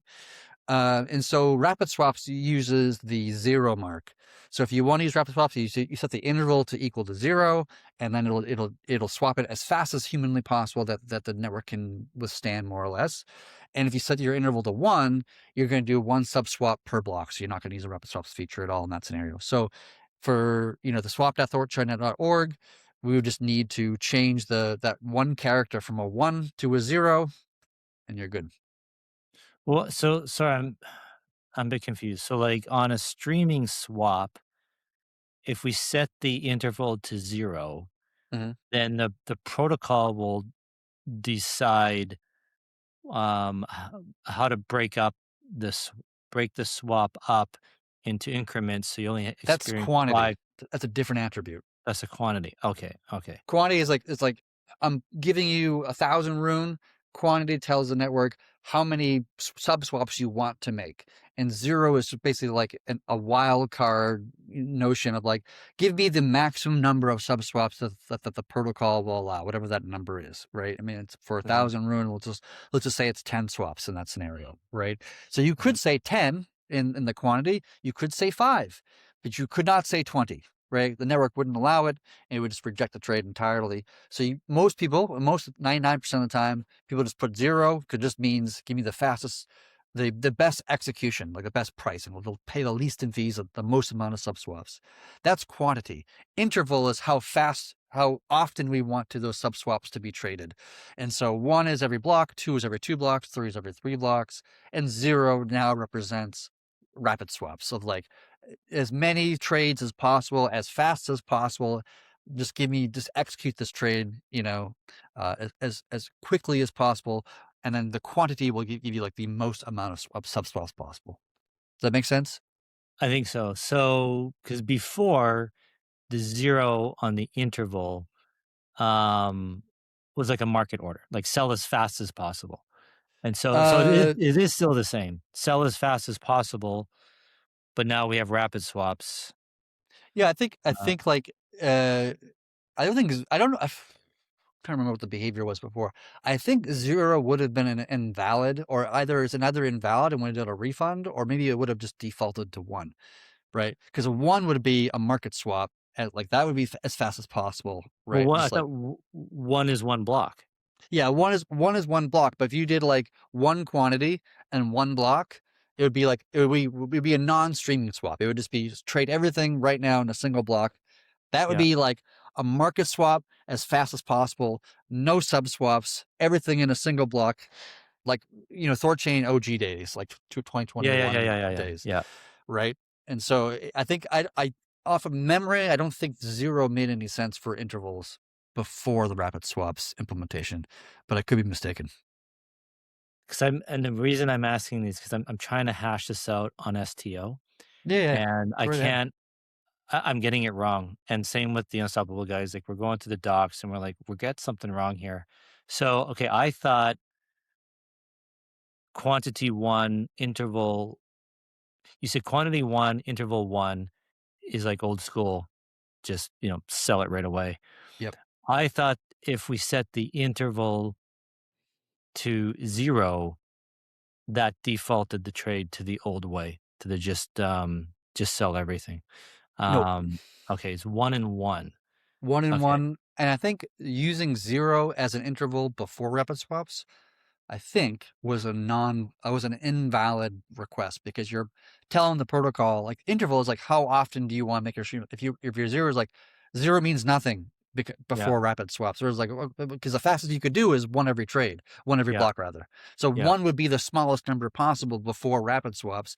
To ask for something 0 would have been nonsensical from the network's perspective, because it only has, it only can do 1 every block, right? It can't do more than 1 trade every block. But now with rapid swaps, you can do multiple trades in a single block, Okay, so we can still do quantity 1, interval 1 to have like that instant sell order. Mhm. Now, if we want to do rapid swaps, or basically as fast as we can, we want to set the interval to 0.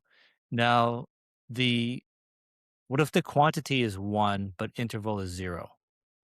Then that would be the same as quantity 1 and interval 1. Okay. Because if the quantity is 1, you only got one trade to do. Yeah. So it doesn't really matter if it's happening like at the beginning of the block or the middle of the block or the next, like it's just going to execute the entire thing. So I think what's probably going to happen for something like for STO is you're going to do like interval 0 and quantity 0, just 0, 0. Yeah. And that just tells the protocol, like, I want you to give to execute the best price execution possible as fast as possible. Yeah. Right. Yeah. Which is, I think that's probably going to be the default for every UI out there in a short period of time. I would suspect. That's why I want to try and make sure I understand it so that we can display it properly. And like, I'm still in my mind, I'm like, maybe we should still give the person the ability to do 1 and 1, like that instant sell for whatever reason. Yeah. But I got to just think about how to make warnings or explain it or whatever. Okay. This is really good. So for STO, for example, they'll just have to change the settings in the back end to enable rapid swaps, basically. Yep. It's literally it would probably be a 1 character change on any UI out there. Yeah. Literally. Okay. Now but that doesn't hard code it to rapid swaps. It's now giving that wallet the ability to do rapid swaps. It's telling it what 0 means. Yep. Okay. All right, cool. Yep. Perfect. Unless you don't want to use rapid swaps, you can set it to 1. And that would be the same behavior as it was yesterday. Yeah. Okay. Perfect. So then why would somebody not want to do it? Why would it's there, but like if I put it there for a couple of reasons, but the primary reason was that like if there was a problem with rapid swaps, like say SwapKit was using rapid swaps and they found something they didn't like about the behavior of it, they can just opt out, right? And say, I just want to do kind of the old behavior. It's just like, it's good to have an ability to opt in or out of any new behavior just so you can, revert back if you need to without us needing to like turn off rapid swaps entirely and default everybody back to, the older behavior, which we might do if there's if there's like a significant issue of some kind. But most likely that wouldn't be the case. At least I cross my fingers, hope to die. And it's up to each individual user interface or wallet or aggregator or whatever to decide what they want to do. My hope is it's like people like SwapKit and STO will adopt it hopefully this week or next week, and we'll start seeing testing the feature out with a lot of good volume. And my hope is that like once something like SwapKit uses it, all of a sudden the time it takes to do the actual streaming swap gets halved, right? And so the amount of time it takes to execute on THORChain becomes quicker, right? From a quoting perspective, at least. And that should give us more competition against your chain flips and your nears and whatever. And we'll probably win some more trades against our quote unquote competitors and get a little bit more volume relative to them. Is this in the docs? How do I to send like a PR to the Unstoppable to the devs? Like how do I communicate to them that they gotta change the setting? I would just tell them like just set the interval to default to 0. That's it. That's all you gotta do. Like I said, 1 character change. They're probably already defaulting to 1 right now, I presume. Yeah. If they're not already defaulting to 0, I presume they're to 1 right now. You can ask them. I'm pretty sure it's 1. Yeah. Yeah, and just tell them to change it to 0. Okay. And that's it. Okay. Although it would be nice for STO to have the ability to do like DCA, right? That is a feature I want to work on in the nearest future. It's actually not hard to implement it from THORChain's perspective, but just having the option of being able to DCA, into or out of any particular asset. DCA means dollar cost averaging for anybody who doesn't know.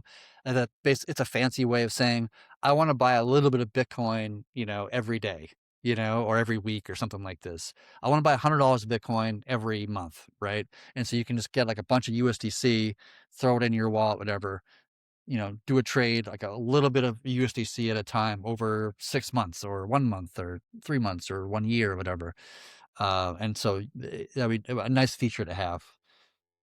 Can you, and the reason that you can't do now is because you have to set in a slippage tolerance. And so if the price gets away from you, your cancel order. Yes.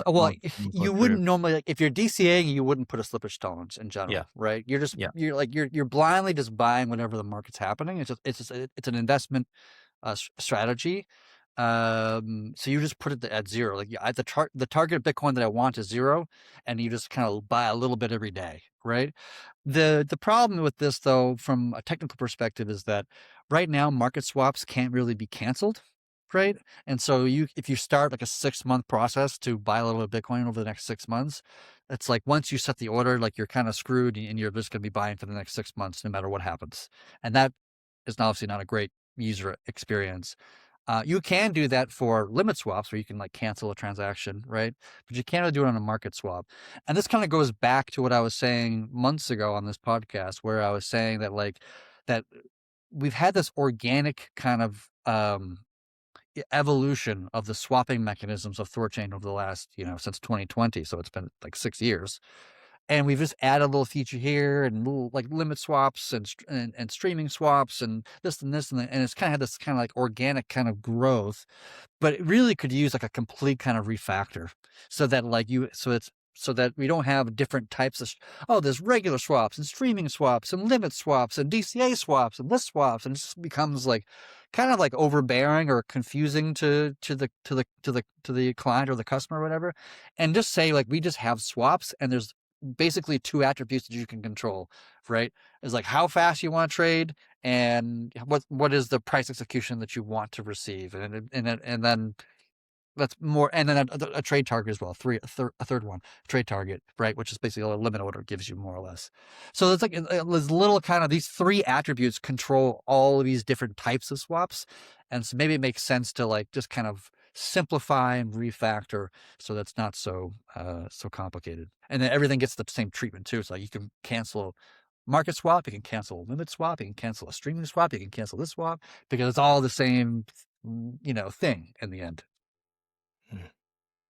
Perfect. I do have 2 questions. One I think I can answer. That someone wants to know when the next update for THORChain is. Correct me if I'm wrong, Chad. I believe it's April 3rd from memory. Yeah, I'm not. April 3rd. April 3rd. That's when sorry. Let's be clear. April 3rd is when we're going to cut through 17. So it's about 2 weeks away. We're going to cut it. We have to build the release. We have to notify our partners, like Binance, for example. They go through their like 2-week process, I think it is, and then we release it at that point, and then it gets adopted by the protocol. There we go. And the next question is, this is a request from somebody actually on the Ruggiero side, and they were wondering, could THORChain.net be, gosh dang it, where did it go? I got it right here. Yes, here we go. They wanted to know if we can transform THORChain.net into a more user-friendly block explorer with maybe the help of AI and some other features. That was their Maybe, sure. I mean, there's a dev that works on that. I'm not going to dox their name because they haven't given me permission to do so.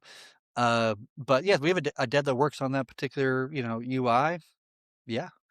I was actually working on this myself for a while, and I got distracted with like THORChain work, but I had a fully functioning beta that would allow you to have like a ChatGPT like interface as a block explorer / code explorer / document explorer. And so it was a fully customized AI, that thing that you could talk to like in a browser. It was going to work in Discord and even Twitter or like Telegram or whatever. And you could interact with it and ask it any question you want about THORChain, or Bitcoin. It's going to work for multiple different blockchains. And you could ask like, oh, what's the balance of this Thor address, right? Like, how many runes in this Thor address, or what's the volume of THORChain over the last 7 days? And you could just ask arbitrary questions, and it would generate, answers to everything. Yeah, it sounds helpful. Kenton, were you trying to say something? I think it was, but I totally forget now. Oh man, no, we've been talking a while. Yeah, what? Jesus, what? We're on 2 hours right now. It's been a great He was asking me about THORChain.net when I. Oh, that's sorry. You're right. I was gonna say in Discord, his handle is Hui Rin. Yeah. Yes. Okay. So we're coming at 2 hours, you guys. I don't think I have any more questions. Thank you to everyone who submitted questions throughout the week and the ones who did new questions. Always appreciate the engagement, and I hope we're doing a good job answering them. We don't care. We'll answer anything you want. Full transparency as always. Chad, is there any? Well, okay. I know it's coming. This is me. This is selfish. Hugen? Hugen's still kicking butt? How's that going? I'm Hugen addicted. is I'm kicking sorry. butt. Okay. Mostly it's been about just like correcting some weird behaviors around how it comments on PRs and that kind of thing. It's contributing a lot. I mean, it's getting better and better. And I think what was the next? I think again the next major thing is monitoring mainnet, but that's a huge amount of work that requires a lot of time and effort, which I do not have time for right in this Right. particular moment.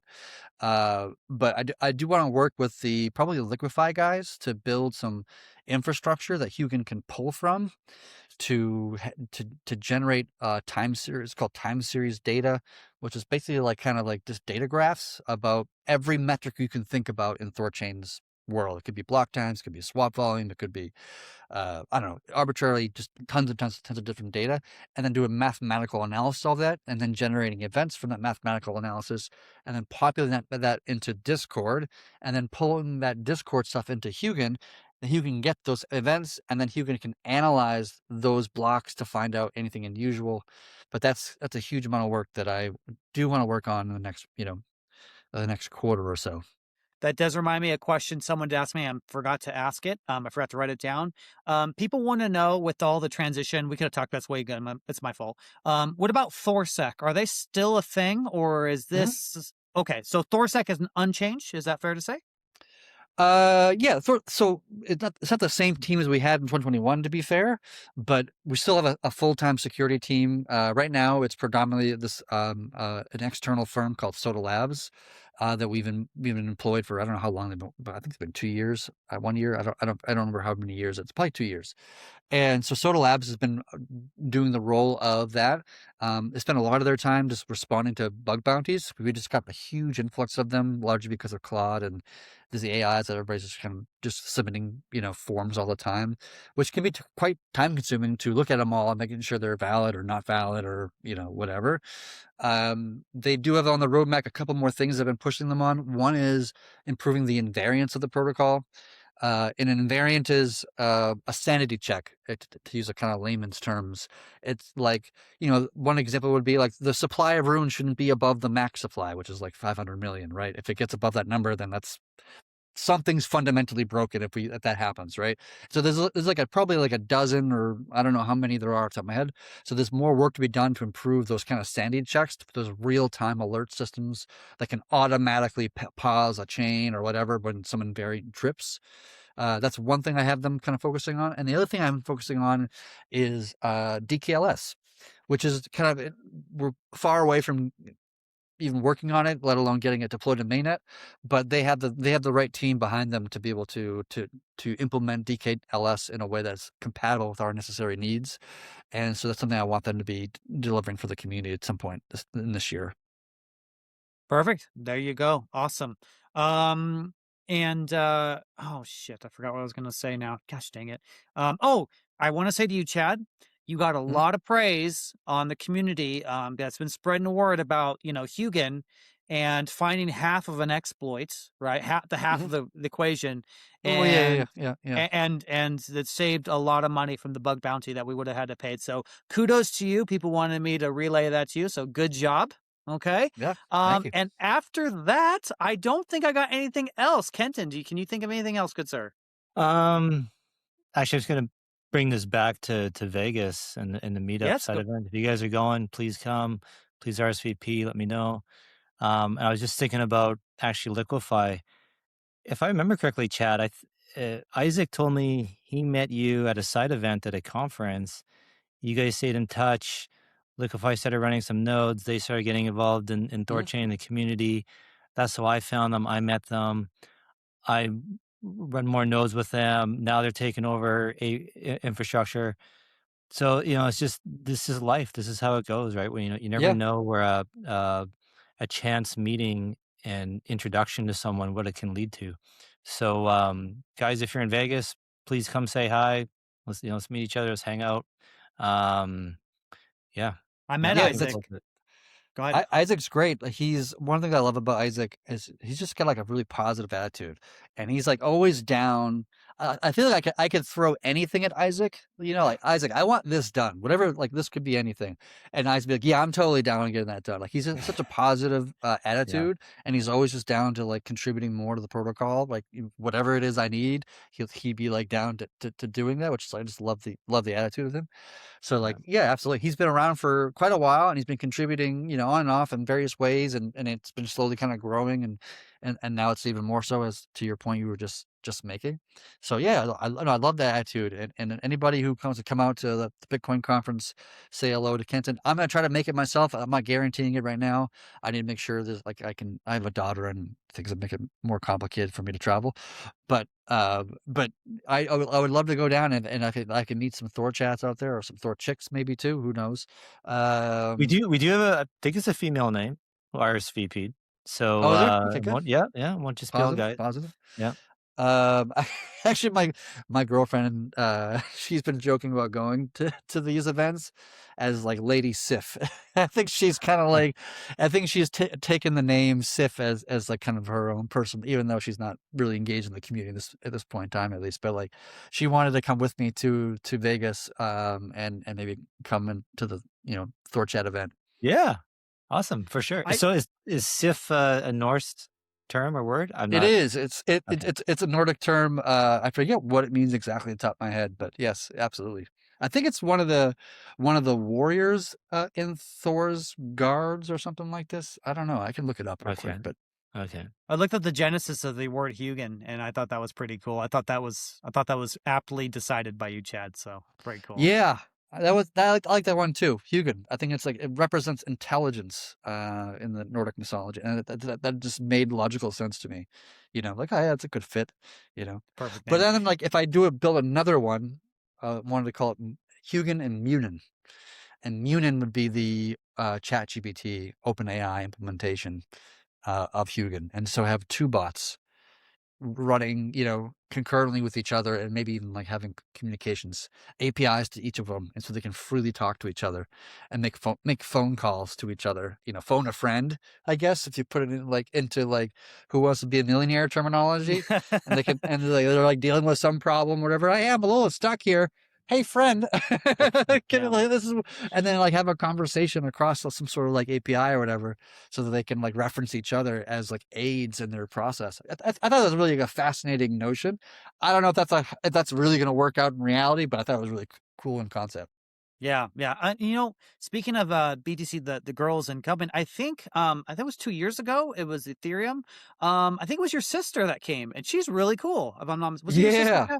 Yeah, your sister's really cool too. So yeah, my big sis. Yeah, your big sis. Yeah, she's legit. She's gotten big into crypto ever since I got into crypto. I think she started to get into it in 2020. I think it was, and she's been working in it she worked for a few different projects in the crypto land as a communications writer, editor, that kind of thing. That's cool. Yeah, we need more Thor chadettes. That's what we need. So, yeah, if you know any girls, bring them in. It's a bit of a sausage fest around here. Thor chadettes. You know what I mean? It's what we need. It's what we need. And Coke says here on the thing, Vegas, Coke and chicks. Yeah, so as Kenton said, you guys, there will be hookers there, but they might not have any teeth. We are on a bit of a budget, okay? Well, hey, some people might pay more for no teeth. That's why we got to get Alux to bring him up from Mexico. They'll be that way, you know what I mean? Alux, help us out, brother.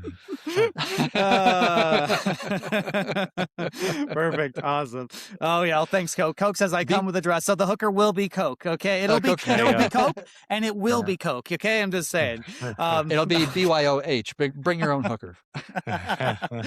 Perfect. Okay, guys, you think we should wrap it there? What do you think? I think so. Yeah, I can wrap it there. Okay, guys, let me check the list here. So, what is it today? Is okay. This Saturday, guys, we're gonna have Peer, a no KYC fiat on ramp on and off ramp, excuse me. Really excited to talk to them.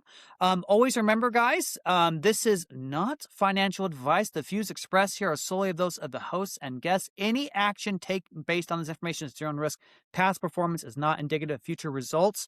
You guys heard from the early in the conversation, 9 realms, a lot of BPs are going to be switching around. This might be a really great time, guys. If you're out there, if you want to be a node operator, there might be some free floating BPs. So please, if you want to be a node operator, reach out to @Runtard on X. He can help you get set up and find bond providers as well. And lastly, guys, for THORChain data and insights, follow Ray Analytics on X. He does a great job writing the recaps of these live streams too. So you guys can definitely look forward to that.